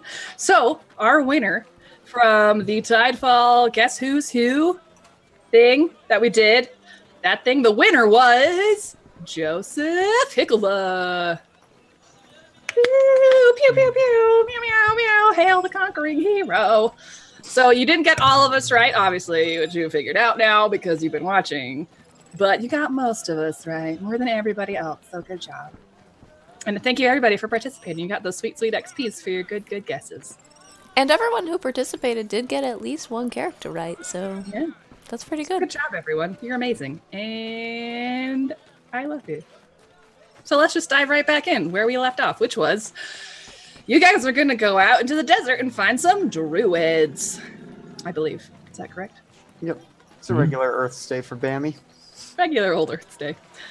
Okay, so as you guys are walking through town, there is a little bit of a hustle and a bustle that you guys are forcing your way through. And then Willow, as you're walking with your coin purse in front of you, you feel this tap against your side. And you look over and it's Thomas! And he's like, "Hi there, Miss Willow, I found this. There's somebody gave me a gold coin to give this to you." He's got this little sack. This little tiny little burlap sack. So, I She kind of figured, stoops down to get to his level. yeah, so this is for you. I'm going to give it to you, and then that way, I gave it to you, like I was told to do, so. All right. Well, Here, well, take thank you, it, please. Thomas. Okay. Yeah. Thank you. All right, so you got some more friends here, looks like. You guys doing another adventure like yesterday? Do you need any help? We are going out into the desert, Thomas, and I do Hey, not think that Bammy! would He be goes a and good tries to thing. punch you in the stomach. Just no reaction. Yeah, it's just, one of these days. All right, so you guys stay hydrated out there. Bye now. Then he goes back into the crowd. Do not get into too much trouble, little Thomas. I'll get in as much trouble as I like. And Willow. Oh man, we should have bought a newspaper. Willow, you done got a loot drop. Oh. All right. I'm gonna give it to you. Oh. Here you go. What do I do? There you go. It's in your hand. Nope, not yet. It's not. Blech. It's gonna be. There you go. Now it's in your handouts. So as you take the little pouchy thing, I don't know, you might have to refresh to see it. I'm not sure how Roll20 works. Yeah, no, I see it now. Okay. Now you guys continue your way uninterrupted through the city. You come to the outside of the walls, so-called, more like the rocky formations that kind of mark the end of the mountain and the sort of valley in which Pontauv rests. You guys go out of the gates. Bammy, you're kind of I would imagine the most experienced of all of us in this sort of travel. Are these shoes all right? Is really what I'm trying to ask. Is this okay? I look at his shoes. I know what shoes you're wearing. Yeah, I mean, you don't fix out on the shoes too much. Like, is there anything about my get-up that I need to be aware of? Like, they said something about water. I don't think I have any. Oh, so Bammy would have taken us all by the oasis to fill up our water skins and such before heading And I'm certain there's a trader there that if you don't have water skins, you want to buy more, they are there and they are for sale in the amount of an amount. I literally, which is perfect for going out into a desert, I have a little bag of sand. So I'm well prepared for this. But yeah, if anybody wants to buy some or a water skin, pay the person an amount equal to coinage that is a quantity of... Page 115 of PHP. Thank you. 3 silver. All right. I'll buy one. Great. Give me your silver. Give I it. need a water skin. It's actually resin. I have one. It's not resin. I think I would have started with one. I don't remember what the What kind of kit do you have? I forgot to give myself one when I made my character. I'm looking at my He was asleep. Yeah. Yeah, I think I'm pretty sure I have one though. Well, I mean, it's It's canon fine. in the pre-sesh. You said you had one, so. Yeah, no, I just forgot to put it in my sheet. But yeah, Cool. I do. Great, everybody has water. It is free to fill up your water skin once you have one at the oasis. Kate, will you fill this up for me? Yeah, sure. I fill up the water for her. Here you go, Vivi. Thank you. Let me see here. Do we think this is good for 2 to 5 days? Yes. This is Okay. the water that supplies the I don't know. Like, I don't know how water works. Like, when Need a gallon a day. I mean, when Pace's water skin was like bad water, I was like, this happens? That was a Mummy Lord thing. It's okay. Oh, okay, great. Yeah. Okay. That's not like a normal thing. Okay, good. I was like, man, That's what we're Pace, you should talking do about. these. Go watch Wild Space on YouTube. Yeah. And it's also going to be live again on Monday. Monday. Okay. Getting was- back was there to a Cole's question? attire, it's Somebody like, asked a question. just make sure you have water. Try to keep the sun from touching your skin as much as possible. Okay. Yeah, do you have anything to cover your head? Yes. I'm pretty sure when I was looking at Pinterest, I picked something that covered my head. Yeah, you've got a So- scarf or something. Yeah. Some So sort of yes. big old scarf. Pinterest, you know. Yeah. It's northeast of here. I take out my top hat and put it on. I turned my cloak back into a traveler's cloak. Great. It is hecka hot out here, y'all. Like, hecka. Now you understand why Batman wears no clothes. Also, you're reflective and cold-blooded, so it's a little unfair. Yep. But yeah, so you guys get your water. I mean, I don't blame if I had that body, I would be more so as well.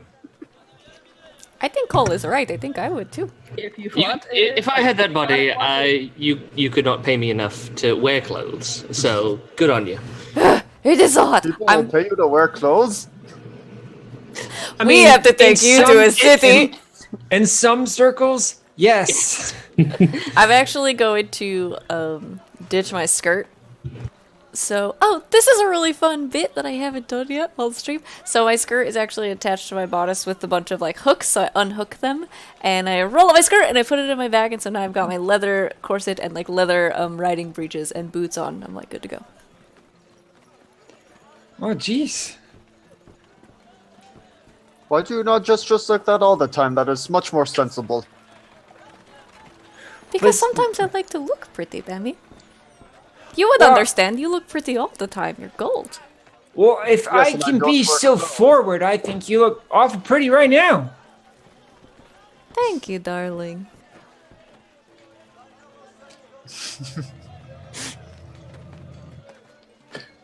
Are we going? Yes, please. we're so. going. Let's go. Yeah, so We're Van no would direct fun. towards wherever he knows druids to congregate, or Okay, so you guys go outside the city. There's a little camp of them somewhere in some hoodoos by the mountain. As we are walking, Yes. I think I'm so ask, Vilo.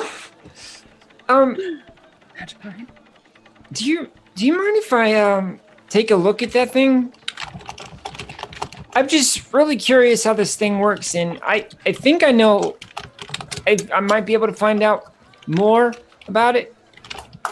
Sorry, I'm typing really loudly if you can't hear me.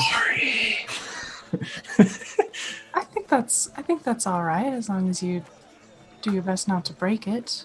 However, you're gonna look at it. Oh, geez, I'm so gentle. Don't worry about it. All right.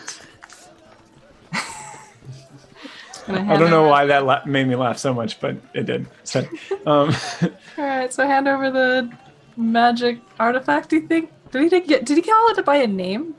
He called it the device he made. The device. Device murder. We should come. Lindsay, can I call it the Leahona? Yes, you can. Almost made her spit out her water. Okay. I choked on a Pass little it bit. over. And as you're walking along, I don't know if I can do this while I'm walking, but just a This is ritual. probably something that happened on the caravan, and Bambi will just pick you up and put you on his shoulders. Oh my gosh. Oh yeah, and I just like put it on the top of like kind of the back of your head and like, Yep. just like, you know, casting incantations with my books, checking my notes, making sure I'm doing it right. Yeah. So what I'm trying to figure out here is basically, I can sense magic. Oh, I rolled the wrong thing. My bad. Excuse me. Pardon me. I learned its properties, how to use it, whether it requires attunement, how many charges it has, if any, whether any spells are affecting the item, what they are. If the item was created by a spell, I learn what that was. Cool. Well, in retrospect, I should have had a handout prepared, but I don't. So, you learn that how it works is basically in D&D 5e terms, if you hold it out toward the source of a magic spell and spend your action to read the arcane resonance, you can basically capture like the school of magic, the level, the required components of a spell. That's what, basically like learn. Just the hard data, though. Yeah. So Okay. you don't necessarily learn how to cast it, but it can get you pretty far along Okay. the path to learn a spell. Okay. It was made by essentially artificing. Okay. It does not require attunement, and it can only hold the data for one spell at a time. One spell at a time. Okay. And All right. you can reset it. It's good to know. Sure. Do I know how to access that ability? Yes. To access the data? Yes. Okay. With identify, yes. All right. And once it's accessed, does that mean it's erased, or like is it still there until we override it with a new spell? That is possible. It would take some Checking. tricky maneuvering. So essentially, you'd have to roll good on an Arcana check. Okay. All right. GTK. Cool. And then after I review it, I'll just hand it back to Willow. So I guess it is what it says it is. Just point it towards the spell being cast and it transcribes data. Also, Cole, could you make me an Arcana check right now? I suppose I could. Or Perception, whichever you prefer. 22. All right. You also notice that carved into the bottom of it, along with like Sir Yelnir Satash's like wizard branding. Oh, I was TTMS, but yeah, it's 22. Sorry. So Blech. basically, he has it like underneath it. He has his like basically like a seal of the craftsman, but like his wizard seal embossed into it. But inside of like the super tiny like embossing that it's there are some very, very, very, very, very tiny arcane runes of tracking. Okay. Does it have like Alan's initials in this, or does someone else make it? I don't know if you know what his seals look like, but it looks like it's probably his. Like he Okay. actually did make it. Because the way he made it's super awkward. Yep. Okay. Like, and over. yeah. His wizard seal is like trying to be really artsy. So But it's it's just like, It's like the Nike swoosh, but it kind of. yeah. Eh. I hand it to Willow. Well, it's a funny thing. I say the thing that I already said to you, like, But there's extra. There's a little extra here. There's a bit of tracking on it as well. I mean, it might just be just in case he loses it, just so he can find it again. But I don't know. I don't see it that often in things that I've looked at, so it's a little odd. Cole, you don't seem like you trust this Mr. Allen very much. Keep expressing all these doubts about him. Well, I think intellectual pursuit is just it's framed in doubt, you know? It's all about trying to just discover new things, and it's, I mean, I don't have an opinion on the person on his immortal soul or anything, but oh my god. All right, but I don't know. It's just, I'm just open to anything, I guess. I mean, that makes sense. And also think it's important. I like for information to be available to everybody. So I thought it's important that we should all know it. I think it's good for us to know, just in case we lose this thing, that we probably find it again by asking Alan. I should hope we don't lose it, but yes, that's a good point. If that scene is done. No, we're just gonna keep going. Okay. I want to look to Bammy as we're walking away and say, "Hey, Albert." Bammy hasn't turned to you because that's not his name. What? Bammy. Yes, little one. Is it normal? The well back there, is that how it usually looks? The oasis? Yeah. Yes, that is how it has been all my times in Pontauv. Normal, there's not any like fish in it or anything? Not that I have seen, and I have tried swimming in it to catch fish many times. And There have been fish. Oh, there have been. But they're all eaten now. Yes, I ate all of them. Well, maybe that explains their diminished population, because there weren't any fish in there. And since we all just got our water from there, I don't know. I looked at it, it seemed fine, but it did strike me as a bit weird. It has always been quite palatable, and it keeps you alive. Is there more you can ask for water? But yeah, so Bammy, hearing this, usually, or in the past, I should say, in your memory banks, there have been fish in the oasis. And actually, there are kind of several fishermen who, like, that's their trade. Like, they fish in the oasis and then sell it to the travelers and stuff. They, like, smoke it, whatever, make fish jerky. Is that a thing? They are fishermen. They do that thing. And now, in retrospect, now that Kate's mentioning this, there weren't any fishermen at the oasis today or yesterday. So. That is odd. I did not eat that many fish. Should we check the water? Maybe when we get back.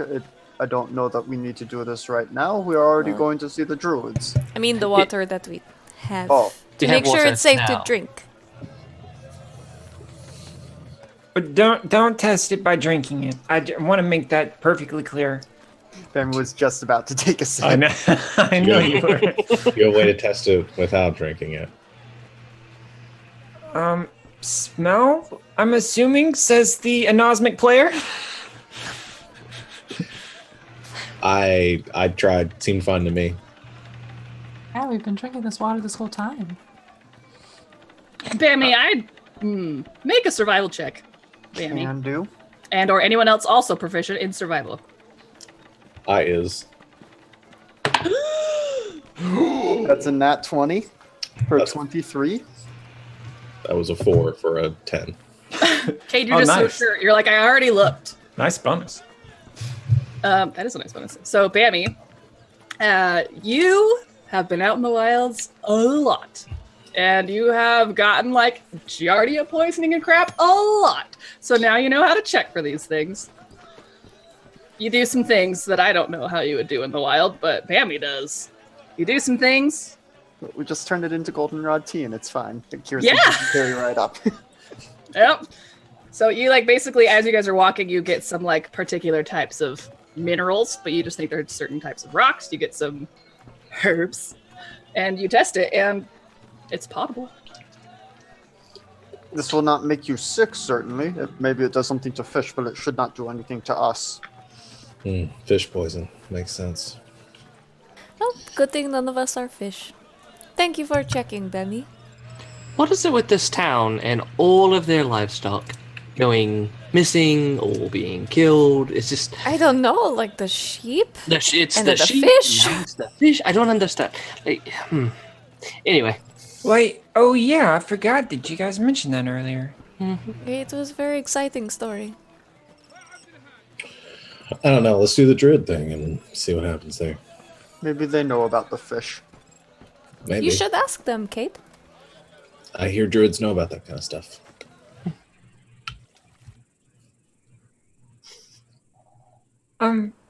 Yes. Just quiet. I turned off the music and I turned up the environmentals. So we walked around a corner. Time jump. You've been A walking big outside of the dude. city. You can't hear it anymore. Cole, you ummed. Yeah, that's it. Just Great. Okay, so you guys walk around. Bammy, you lead them to a particular outcropping of hoodoos and other rock formations that are at this mountain. And, yep, you're there at this rocky outcropping with no druids in sight. Hello? Little ones! baby. Maybe. Maybe they slept in. So, at your yell, a giant black feline shape steps out from behind one of the rock formations. It is sleek black fur, these big ol' paws, these big ol' desert cat ears, and it just stares right at you guys. By You any recognize it, Bammy. Okay. I go to kind of like get ready to play wrestle it, and like I don't tell any of the others this. It looks like I'm about to go attack it, and so I run towards it and I play wrestle it for a bit. Yeah. It jumps at you, like pounces on you, knocks you over, and you guys roll, tussle. Yes, I'm on.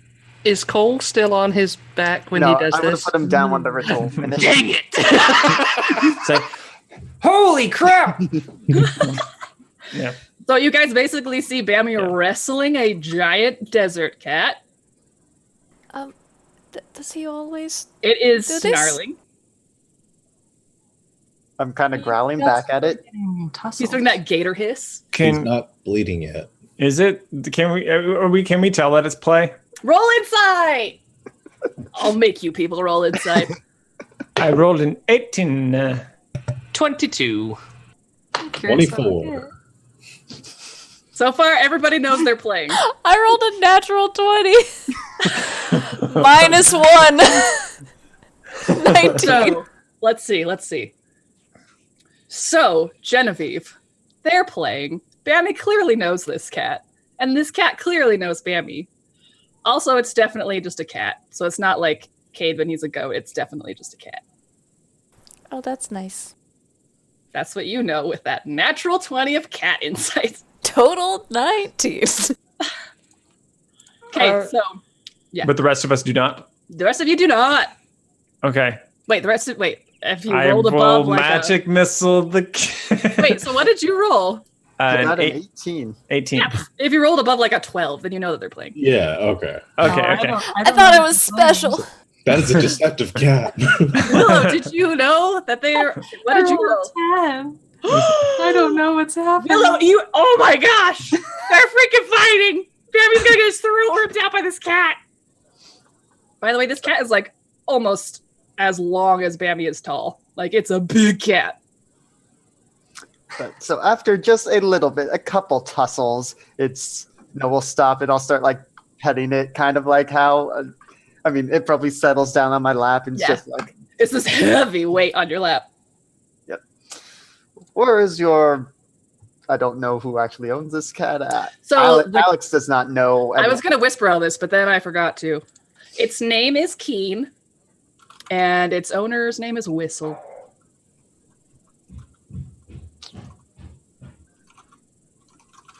And so, Keen, do you know where Whistle is? We have come to ask them and their friends a question. He kind of nuzzles on you, looks at you, and then looks down and kind of blinks. And when it opens its eyes, another eye opens up on its forehead. And he looks around at all of you guys. And he looks up at you, Bambi. And then he closes his eyes and the third eye goes away. And then Keen purrs on you. Does Bambi know what that means? That's normal. Yeah, it's just... I'm going to whisper it to you. There you go, everybody. You're now standing with this big black cat that apparently has 3 eyes sometimes. And Bambi's just petting it. Well, it is always good that someone has friends in the desert, it seems. Hello, everyone. This is Keen. Keen is very friendly. Hello, Keen. I put my hand out like you would to like a dog you're not sure about, with like my knuckles out this way, like, hello. Are you friendly?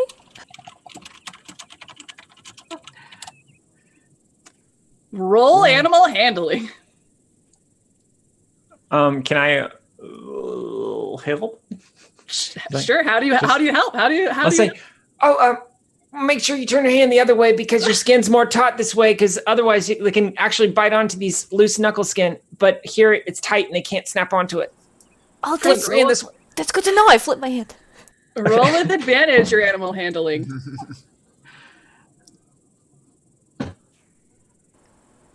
That is 18 minus the 17.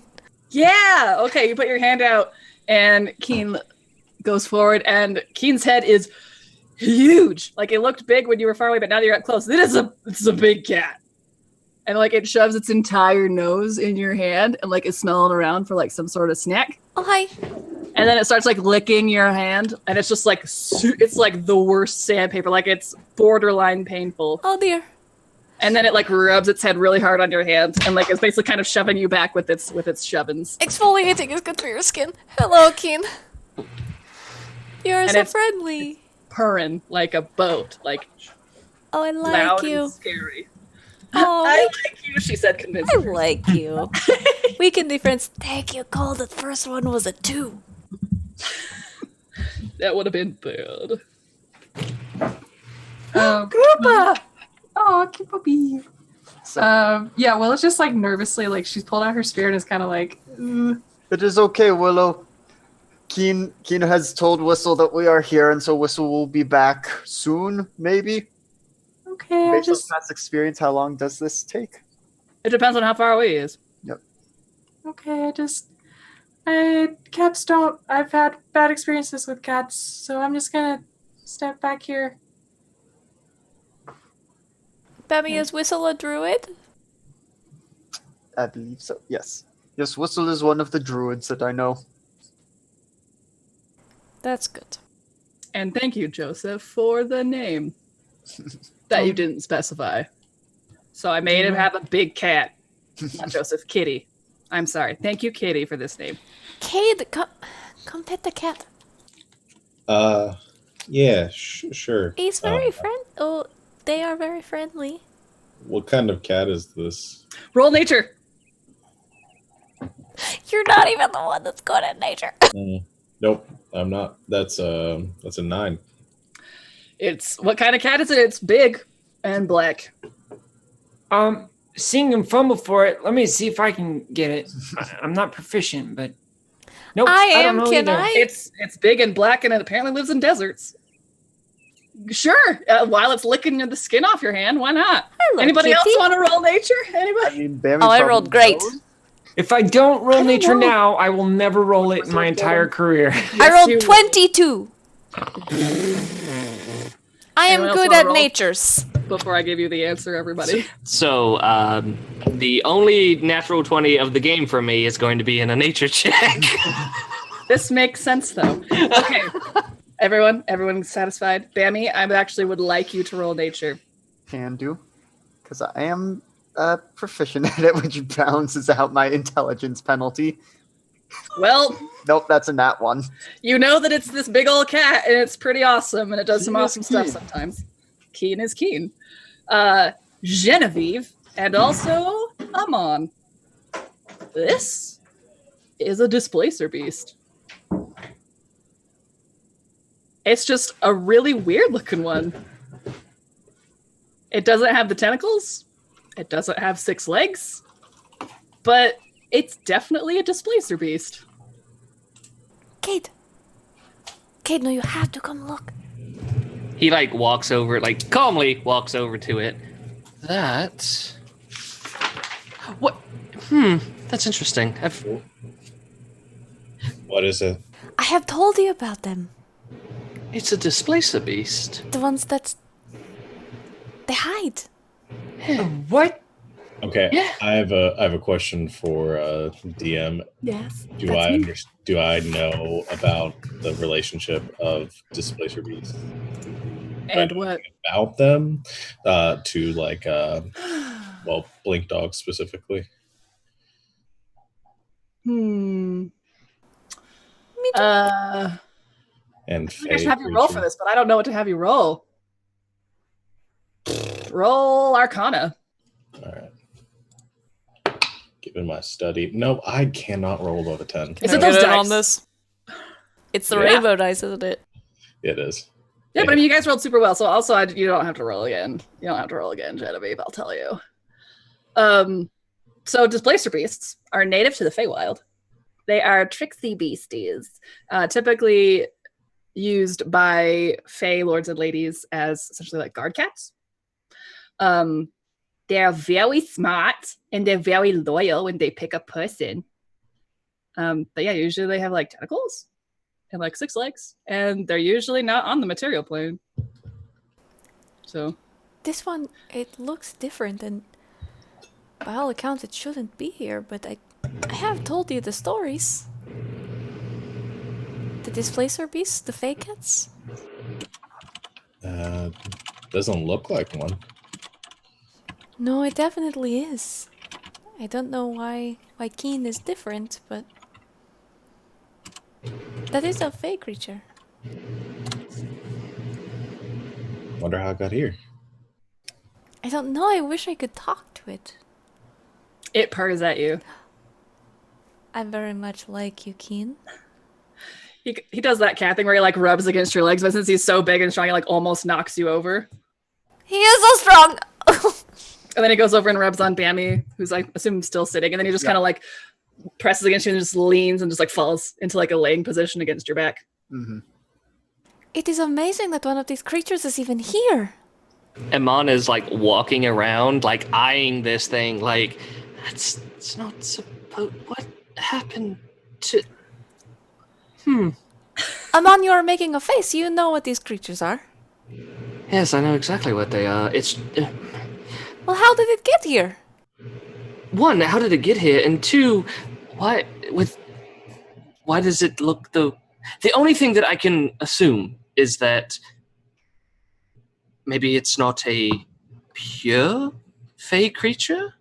Maybe his owner, for lack of a better term, may have had one in the past and then mated it with human cats. But I don't see how that would work because fey Interesting.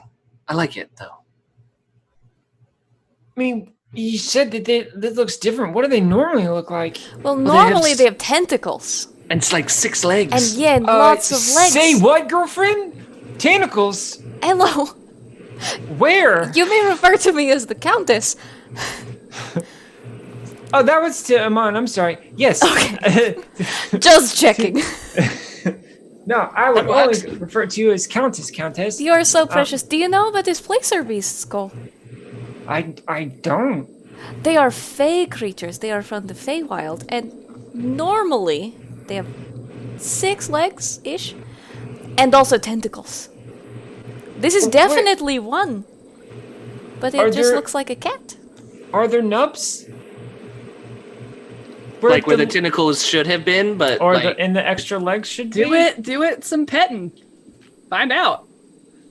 can I like walk over and basically do the same thing that the Countess Do an did? animal handling check. Oh God, because I'm so good at them. I was screeching. It's You can have displays your advantage, beast 'cause you were ears. there. You were there when Cole said the thing about the hands, so have advantage on your roll. So apparently, I'm amazing at animal handling because I rolled a 17 and a 20. Nice. Nice. So +2 to both of those, so like 22. But yeah, again, I get into battle and it's going to be nothing over a 10. Can't wait. So you go over there, you do the thing with your hand, but also you get down low, you start talking to it, and he doesn't want to get up from his laying position against Spammy, but he like kind of lifts his head like that thing, like, I want to reach for you, but like it's too much effort. Can I like whisper to it in Sylvan and basically just like it's okay, it's fine. I know I'm not here to hurt you. His ears perk up. He looks right at you, and he gets up and he like goes and like rubs on you, and you can totes pet him. And it's just like, oh, again in Sylvan. Oh my God, I've never really seen one of you up close before, and you are an amazing creature. He's like preening. You have made a friend. I have made a friend. This is, I love him. But so regarding nubs, sort of, you could sort of also tell like there's some very thick scarring, some sort of like just in general the skin isn't perfect underneath the fur. Anyway, roll investigation.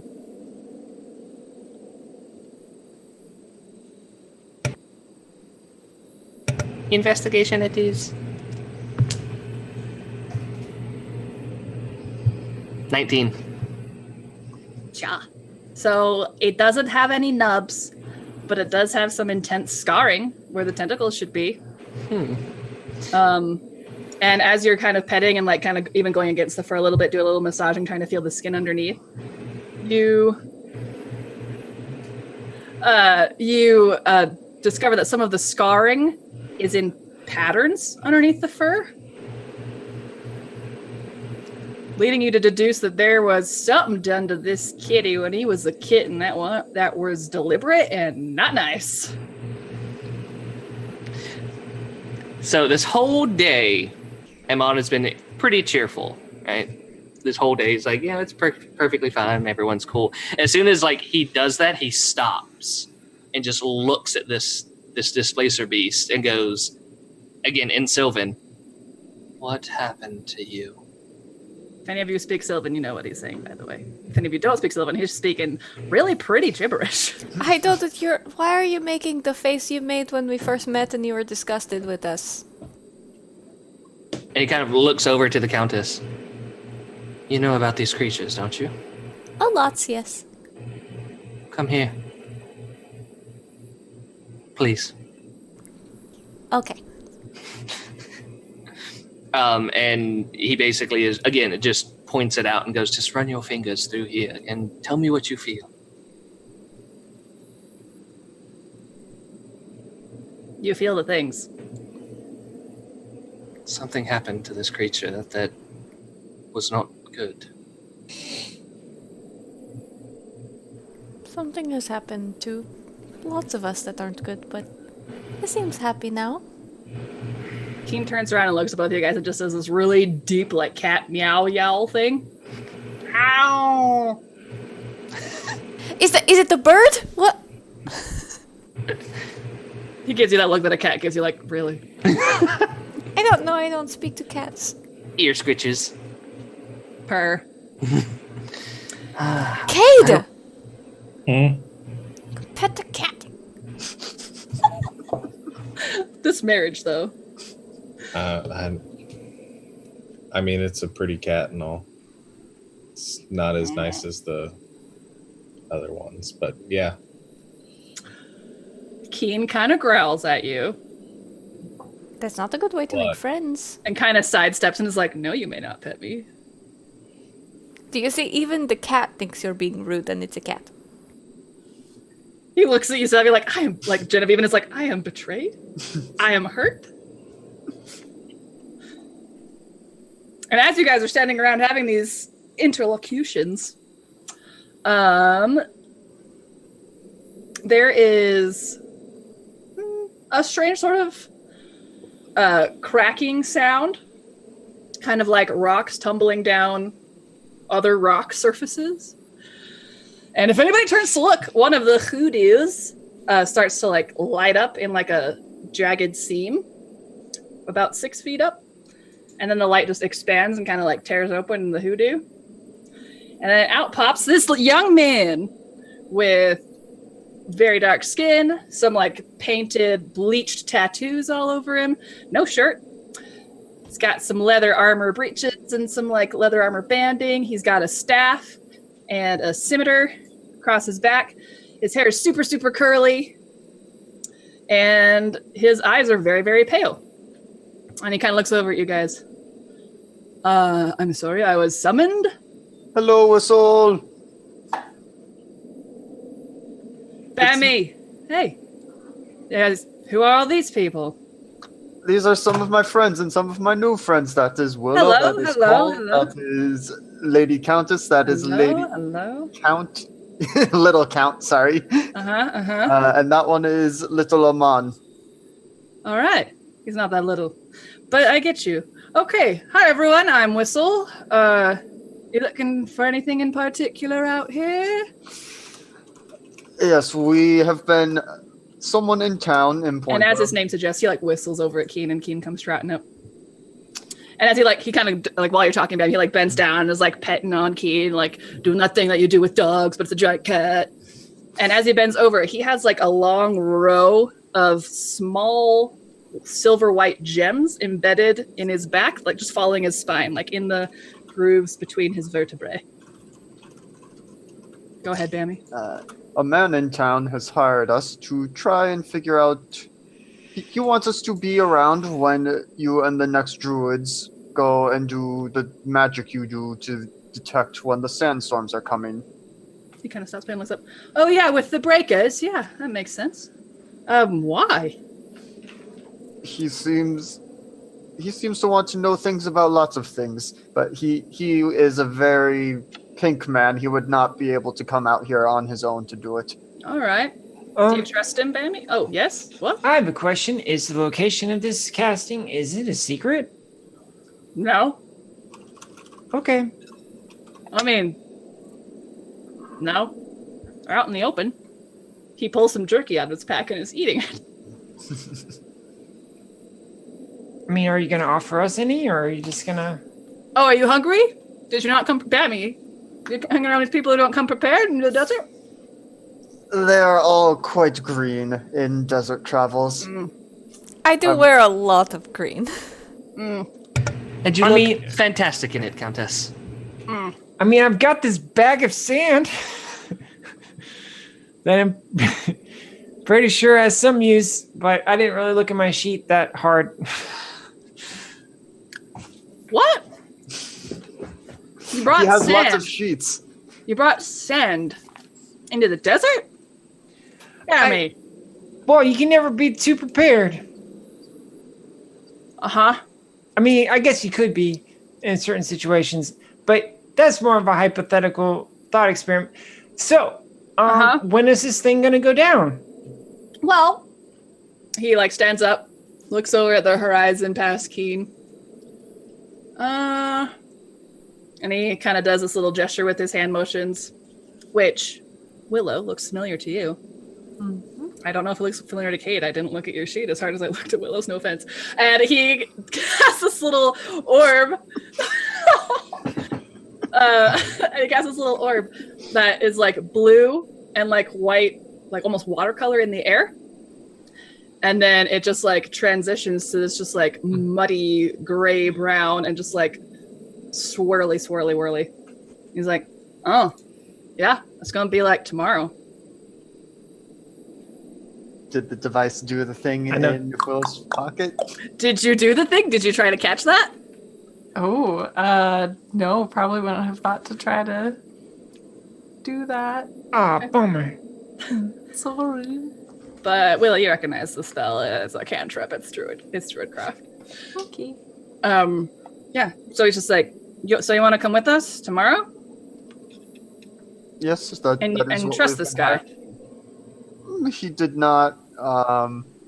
He had Willow here and I do another job yesterday, and it did not get us killed.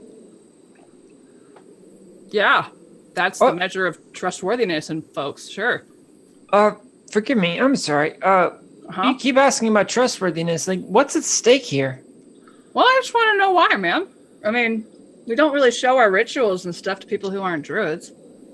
But, But you're cool with us checking it out? All right. What? I talk to him in Druidic, or I address him in Druidic and say, "Hi, I'm Cade." His eyebrows up and he's like, in Druidic, he's like, well. But also just like the formal Druidic greeting of like, good morning, suns and moons and stars, etc., etc., etc. Something very poetic and Druidic. I say it in a very monotone way back to him. We really need to do the. Could you have an exception for us, please? Roll persuasion with advantage. Dude, this isn't gonna go well. I'm so proud. Well, that first one was a natural 1. The second was a 3, so that puts it at a 1. Oh. He kind of looks at you like, Which fits with the way that I just delivered that line. Yeah. You tried so hard. Did I? No. Yeah, I just love that. He's just like, says this whole thing, and you're just like, yeah, for sure. And so he kind of looks at you and he's like, what circle are you from? In Druidic. And you guys all hear like this weird, like almost like he's talking and then talking backwards at the same time, like over top of himself. Both of them.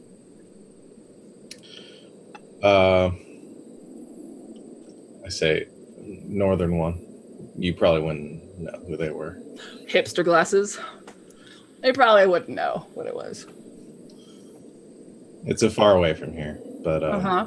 I Where? stayed for a while. Uh-huh. Near Serbuine. I don't like Serbuine.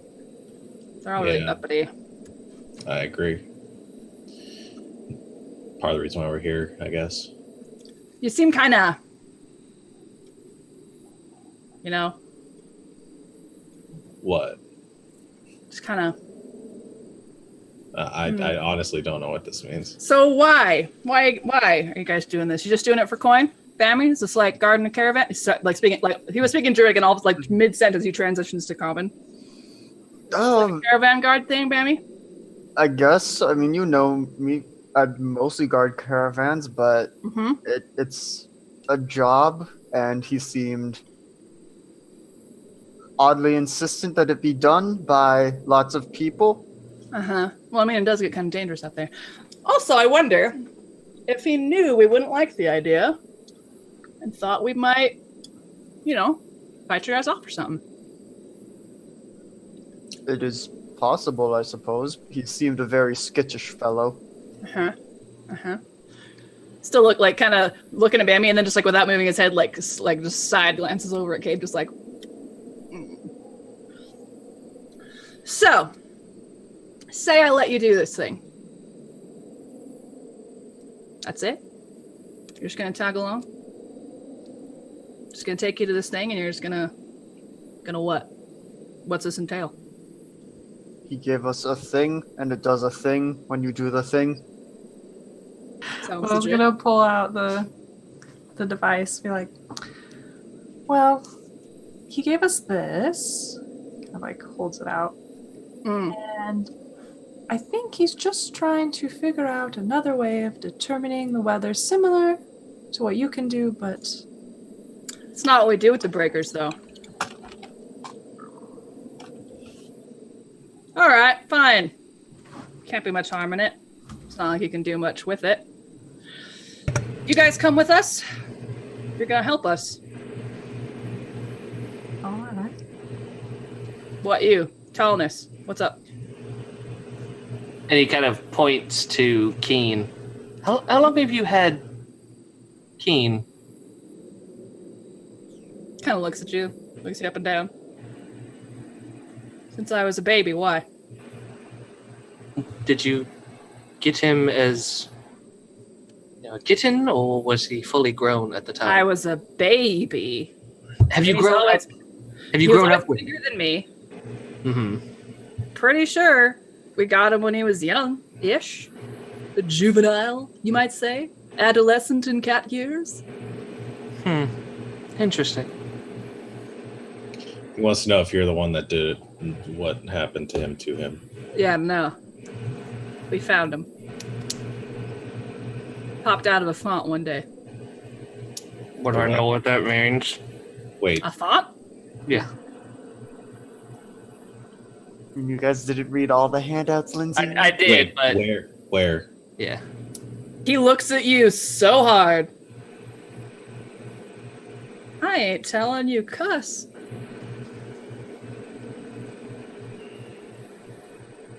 Fine. Well, it's good to know that you weren't the one that did it. Of course not. If I ever find the one who did, though. He like gestures to the scimitar on his back and just gives a nod. Call us when you do. Yes, please. I might. Depending on what happens with this here trick we're gonna go on. So, you also said that the weather phenomenon thing, that's not what you do. Yeah. We don't go to the breakers to predict the weather. We only go to the breakers when we know it's coming. Like I just did. Like I didn't go to the breakers to do that. So, and he kind of looks at Qual.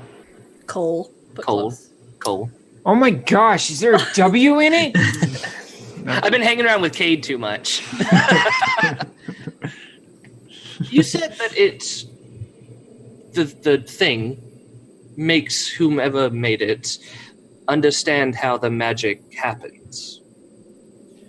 I mean, sort of. It transcribes the type of magic, the spell, the school, and all that sort of thing within the item itself. Mm-hmm. So why would he lie to us and say they go to predict the weather when it's probably not? He knew that's not what they did. Did he lie to you, though? I don't know. I didn't roll an insight on him. Unless I misspoke. Mm-hmm. He said that they go to wherever they go, Mm-hmm. the head office Sandstorm. Mm-hmm. So they would have had to already know. Okay. So, This is weird. I wonder what magic he would like to. well, there's magic we do there. So, Also, anyway, you guys gonna help me out, or are you guys just gonna not? You're gonna go tell this pink guy? Never mind. I think we will come. Okay. Yes, I think so. Great. I wonder why you didn't just ask. Well, because some people don't feel they're able to just ask things outright. Huh. Or he's a coward. Or he doesn't like the desert. Those two things Or- could also be true. You know, any number of things. I don't much like city folk anyway. So usually when they have reasons for stuff, they're dumb. So I don't care. Okay, so we're gonna leave. Probably sundown. Hope you guys are ready to travel. I hope so. Yeah, me too. So it gives you what? 4 or 5 hours to prepare? Nap, whatever you want to do.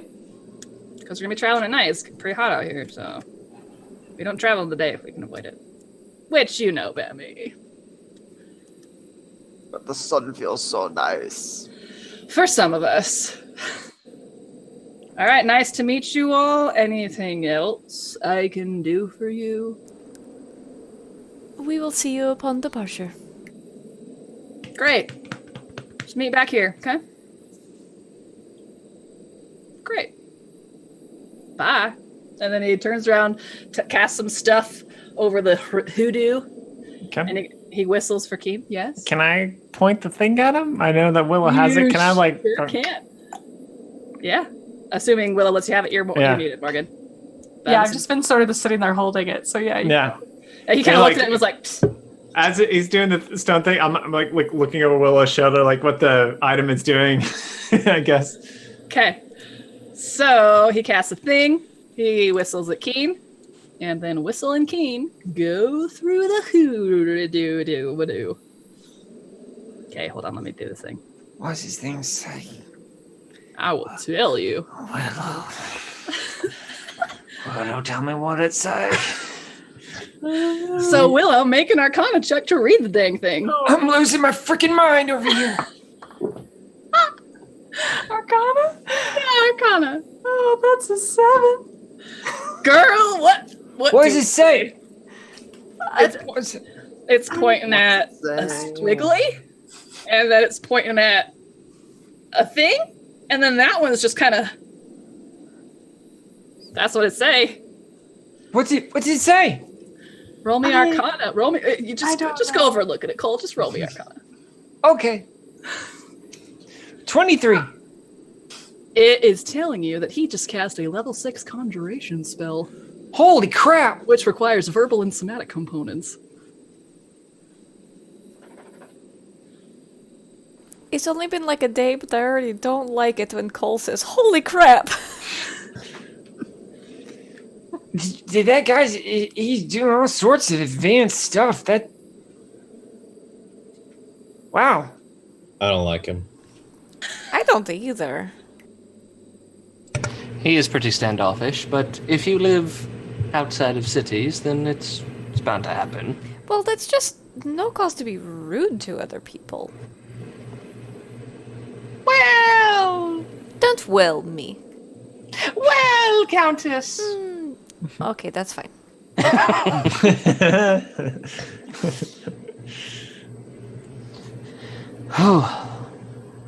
Cole, what do you think? What do you think of his magic? What? I mean, it's really beyond me. I think I can get there with a lot of practice and study, but it's just, it's pretty amazing. I don't know. I don't quite understand how he did that yet. He must be a really strong druid. Cole, he's like roughly your age. Oh man, and he's roughly my age too.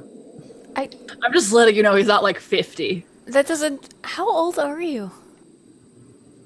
That is Oh, an me? extremely impolite question for me to ask. I apologize. How old are you?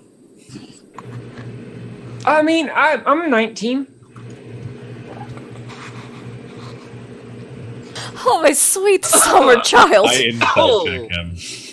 Oh, yeah. Can I insight check that? Well, it's like 19 in homeschool years. I don't. I just think he's 19. Oh, my sweet summer child. 22? Don't use those dice. I don't know why you use them, Sean. I rolled a 2. So that's an 8. I mean, I think I'm 19. Well, I mean, you would know better than anyone, right? I mean, other than my mom, I guess. Is this your first time, like, getting out of wherever you lived? I guess in a roundabout way. I've been gone for a while, but I mean, it's my first time here, though. Well, Cole, I think we have that in common. We're also, I travel from the same place you do. This is our first time sort of getting out, so it doesn't matter if you're 19. You're very smart. Or, I mean, it's just hard work, really. I just do a lot of reading and studying. I mean, I don't think I'm, like, smarter than anyone else. I just like to read. That's not a bad thing. It's a good thing. Don't sell yourself short. Amon sells everyone short. Then listen to him. You're very smart. Reading is great. I sometimes sell people short, but it's something that I'm trying to work on. Oh, I hear that. Come here, street dog. Why are you following me everywhere? Jeez Louise, I didn't feed you or He's anything. keeping this bit, and I love it. No, Cole has also made a friend. Look, we've made a cat friend. He's made a dog friend. This is going great. We've made so many friends today. Oh, this is just my familiar. Don't worry about him. That's Do you have a familiar? Are you a wizard? Oh yeah, I do a little bit of whizzing every now and then. Don't we all, good sir? Don't we all? Nope, ladies don't. My familiar's tired. You're yawning like, okay. It's great. So what are we going to do for this 4-hour wait? Well, how long did it take us to get out here? 3.5 hours. like an hour. Basically, you just walked around the city to a different part of the mountain. I want to talk to Cole if we're not doing anything about We're his not book. doing anything. Until you guys tell me you're doing something, we're not doing anything. I'm just talking to Cole about his book that he writes stuff in. Yeah, I mean, unless anyone is like, hey, I want to go back to town for a thing. Like, Bammy's content to just stay here and keep petting Keen. Keen's gone, yo. All right, yeah, he went with Whistle. Then probably just go hunt some food nearby. Yeah, or something. dude. Do Roll it. a survival! Yep. That's a 7. Oh my gosh. So Bammy goes and does this thing where he's looking around and then he kind of gets low and he is this lizard prowl? He's lizard prowling.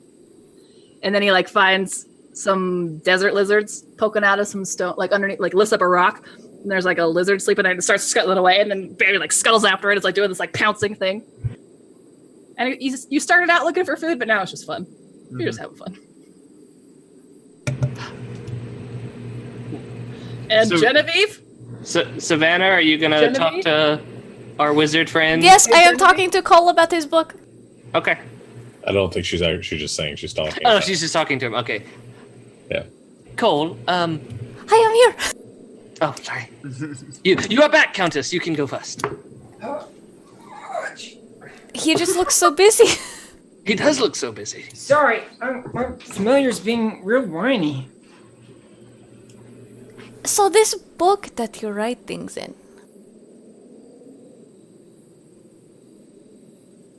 is this just a regular book and you just write your thoughts in it? Do you have a travel journal?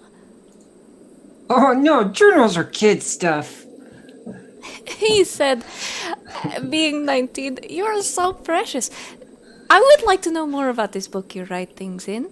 Is it just observations? Do you write in, do you take notes on what you see? Oh yeah, I mean, just take notes on what I see, and yeah, observations are certainly part of it. And it's just thoughts I have along the way. You never know when those will be useful later on. I also have a book that I keep things in, but, well, it's much different than a journal. It's a magic book. You have magic? Well, a little bit. Yes. Oh my! Where'd you study?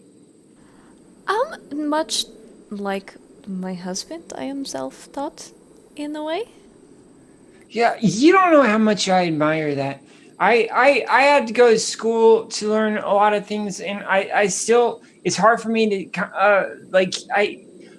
I try really hard to teach myself when I do so with books, but I mean, when you say self-taught, do you mean you're literally just going out there and figuring it out? Because I've never been able to do that. That's amazing. Well, that's part of it. I had a little help, but I mostly figure things out by myself. I had a tutor, if you will. Oh, well, that's helpful.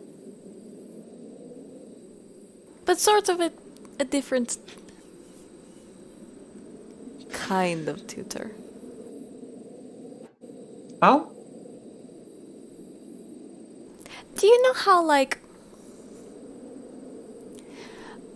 feel a bit rude, because it's not really, proper of a lady to eavesdrop, but I hear a bit this morning about, your friend Willow talking about her goddess and her star Urzana. lady and things like that. Yeah, it's sort of like that. Okay, yeah. So you kind of tap into like a god or something, and they help you out with learning magic and stuff. Sort of, yeah. I mean, I would. That sounds amazing to me. Really, I think why it's so hard for me to go that route, because believe me, I've considered, making that sort of like alignment or agreement, but it's hard because I don't know, maybe it's because I'm young or something. It's hard for me to like say that I'm gonna just sign on with one god when there's so many gods and they know so much. And I just don't want to like cut myself off to anything. I want to know anything that's out there. There are more than just gods, Cole. Probably. Definitely. I probably know that. There are Probably. also sky ladies. Okay, Cade, I'm on. Willow, what y'all doing while Bammy's hanging around chasing lizards and Genevieve and Cole are talking the arcane principles of the universe? I walk up to Willow. Yep. Are you a satyr? No, I'm a human. Oh, the legs fooled me, and the horn. Yes, a lot of people are thrown off by them, but I'm definitely a human. I believe you. You do? Inside check. Yep, roll inside, please! I believe you, he said, looking at you keenly. Not very keen, really not that keenly, actually. It stopped on 20 for a second, and it was like, just kidding. That's only a 14. Okay. Okay, with a 14. Yo, Morgan. And then we're going to be Willow. Just What's whisper roll me whatever it is you need to roll, will you? Okay. Whatever it might be. Alright. You can only hope her charisma is as bad as mine is. People seem to like her. Yeah. It's because she has pink hair. I think that does it. If I dyed my hair pink, would my charisma go up? It's natural. Oh. I think I sent it. Did you get it? Oh. Yeah, I got it. Okay, hang on. Yeah, it's just what I just sent you. Okay, good. So, Cade, she believes what she's saying, whether it makes sense or not. But I can clearly tell, like, I have a... Those are not fetums. That's a horn. Her ears are kind of, Yeah, like mine. The kind of like... But like more than that, though. They're Like like a more little than that. furry. Her hair's like super okay. thick. It's like mane-like. But when she said, "No, I'm a human," that is the truth according to Willow.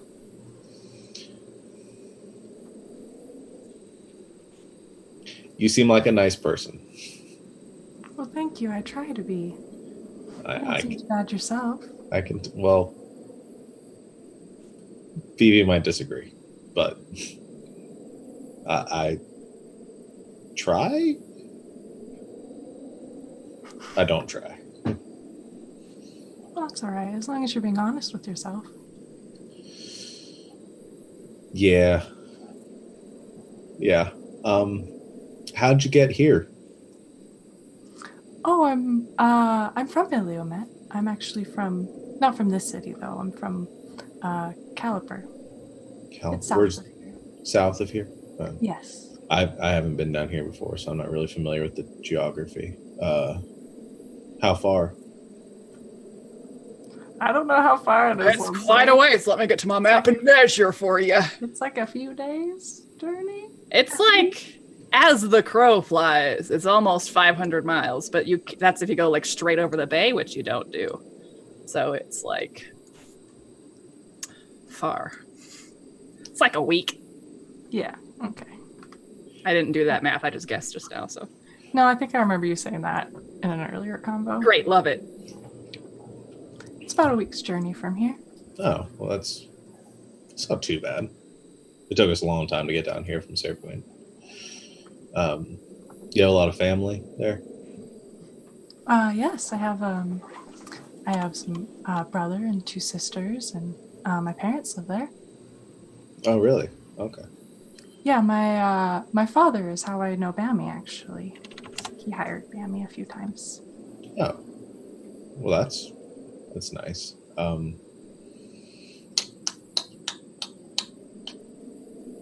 So, Oh my gosh, I love it. He just nice talk. Okay, so Amon, what have you been doing while Genevieve and Cole are talking, Cade and Willow are having this scintillating conversation? What are you doing, Amon? He, as Genevieve, well, the Countess and Cole are talking, Bammy's hopping around chasing lizards. he walks over. I'm sorry, can I interrupt just for a small second? I won't take much of your time, Cole. Oh, yeah, sure. I apologize, if that's all right, If Countess. it is all right with you, Countess, of course. We don't want to impose on the conversation, Countess. Yes, Countess. You two are so sweet. Go on. You have my leave. Thank you, Countess. He looks at Cole and goes, "You did this magic that could identify something. Do you have the strength in you to do that one more time?" Yeah. Great. He pulls out a small shell, kind of like a... Lindsay, would you say it's almost like a snail shell? Almost, except for it's very heavy. Okay, yeah, he pulls out this snail shell, and it's chipped and carved at the end of it that looks kind of like a skull, and he kind of, on his palm and kind of hands it out. I got this in the city, and it's much too heavy to be an actual shell, and I'm not really proficient with magic, and I would rather know if it's going to explode and kill us all before anything happens. Well, that's an incredibly sensible position to hold, for sure. I try. All right, well, may I? Yeah, sure. And he drops it in his hand. Sure. No, I'll just spin the spell slot. So Okay, I'm just saying, keep in mind, it's gonna be the same day when you guys travel with the druids later today. And that's why I asked. That's okay. Or I guess, all right, 10 minutes then. Yeah, I mean, y'all are taking a short rest, by the way. Actually, I have to. I just realized I have to do ritually because I don't have it prepared. So I have to do it ritually. Ain't nothing, chicken wing. Yeah. So once again, what I get, AF.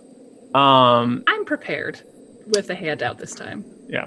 I also need you to make a religion check, Cole. Oh man, I really do enjoy making those. Do you? Yes, I do. Although this is so low for me. Yeah, man. 13. Based, like, while you're doing this arcane ritual and figuring out the resonance of the magic within this shell, because there is some, and it's very old, you intuit that there's probably some sort of religious significance to this iconography, and also the particular type of magic that is imbued in it. It doesn't have, like, for lack of a better description, because it's more of a sensation than anything, like, it doesn't have like the sharp edges that arcane enchantments have. It has like almost the like flowy, sing-songy bit of magic that happens when people religiously enchant objects. Feathery. Yeah. Sure. Yeah, that. So it probably has something to do with religion, but you don't know what. But you do know that this thing is a really weird magical object that I will now give you a handout for, and then you can give it to this guy. I don't feel like reading it. I'm saying, Oh man, this is weird. Bye. Just give it. Yeah. All right. Well, I'll just read it to you guys because I feel like it. Okay. So basically, when you put this under your tongue while you're conscious and close your dang mouth, you can therefore elect to become, for all intents and purposes, dead. So you no longer need to breathe or eat, be warm, or drink water. You have resistance to all damage, immune to disease and poison, and you cannot become undead. And you have one or two options. Either you basically fall dead and just lay there until the token is removed from your mouth, or you can walk around and stuff, but you heckin' look like a zombie, and you can't do a lot. And if you die like that, then you die instantly. So, there you go. That's what it do. Well, and I explain Great. how this thing works. Like, I'm sorry, I don't know who made this. I feel like I must have read something about this before, but I can't think of it right now. I'm sorry. Oh, no. I just wanted to know if it was, like I said, safe that I could carry around in case something happened. Oh, yeah, it's safe to carry. Good. Does it do any, like... You told me that about the whole under the tongue thing, right? Yeah.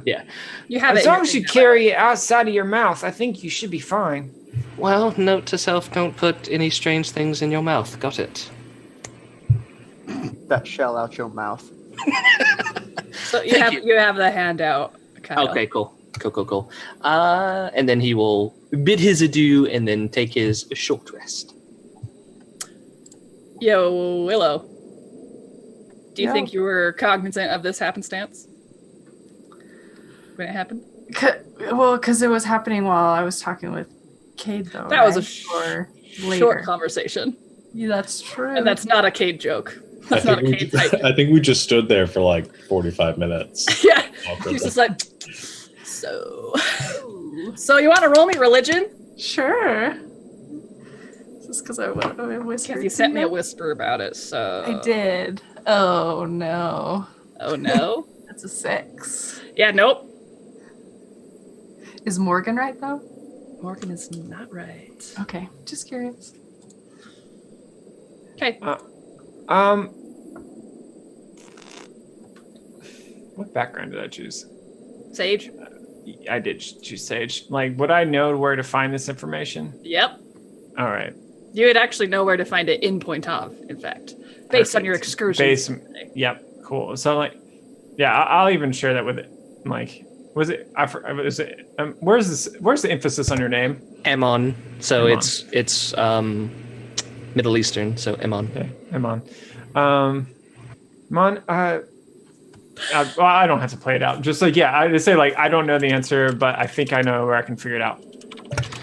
Well, I know I was heading to one of the libraries anyway, so I will probably go with you when you go check. Oh, awesome. I can't wait to get back there because I didn't get a whole lot of time checking them out when I was there yesterday. Of course. I love libraries and I love learning, so I think me and you are going to... I do. I'm an avid reader of a lot of things. Oh, gee, I got so much I want to ask you and show you. Good. After this is all done, I guess that's what we will do then. All right. I feel like Cole is just like slowly discovering that he is in the best group that he could have like happenstance ended up in. I know. Every other group he's ever been in up to this point, like he gets like beat up. So this is great. Everyone here's like, I'm also a nerd. He's like, what? There's more of us. Okay, guys, so I'm about going to wrap it up here with this short rest that we're doing as you guys just hang out. Bammy eventually comes back with some really skinny, smashed lizards that he caught. And you guys can roast them over a campfire in camp. And that's where we're just going to end this session. We're going to pick up next time with a trek with some druids to something called the Breakers in the middle of a sandstorm. So that'll be interesting. Is there anything else I need to announce right now? Oh, thanks for the loot drop. Who bought that loot drop? There was... Was it Joseph? Sent it to you. I don't... I got a lot Kitty. to do. It was Kitty. Thank it was you, Kitty? Kitty! For the loot drop. Thank you, Joseph, for resin, the gift shop merchant. Thank you, Kitty, again, for Whistle and his pet cat, Keen. thank you, everybody, for being amazing. I assume you've been amazing in chat. I haven't seen you, but I could just feel you're amazing from here. So tune in next Thursday, where we're going to play some more Tidefall. And Saturday, remember, is some Weave instead of Survivors Complex at 5:30 Eastern. Monday, 7 Eastern. What is the time for Wild Space? 8 o'clock Eastern. 8 o'clock Eastern is some good Wild Space. So be there or be square, guys. Mhm. And in the meantime, good game and good night, Internet. Good night, Internet. Good night, Internet. Do it right.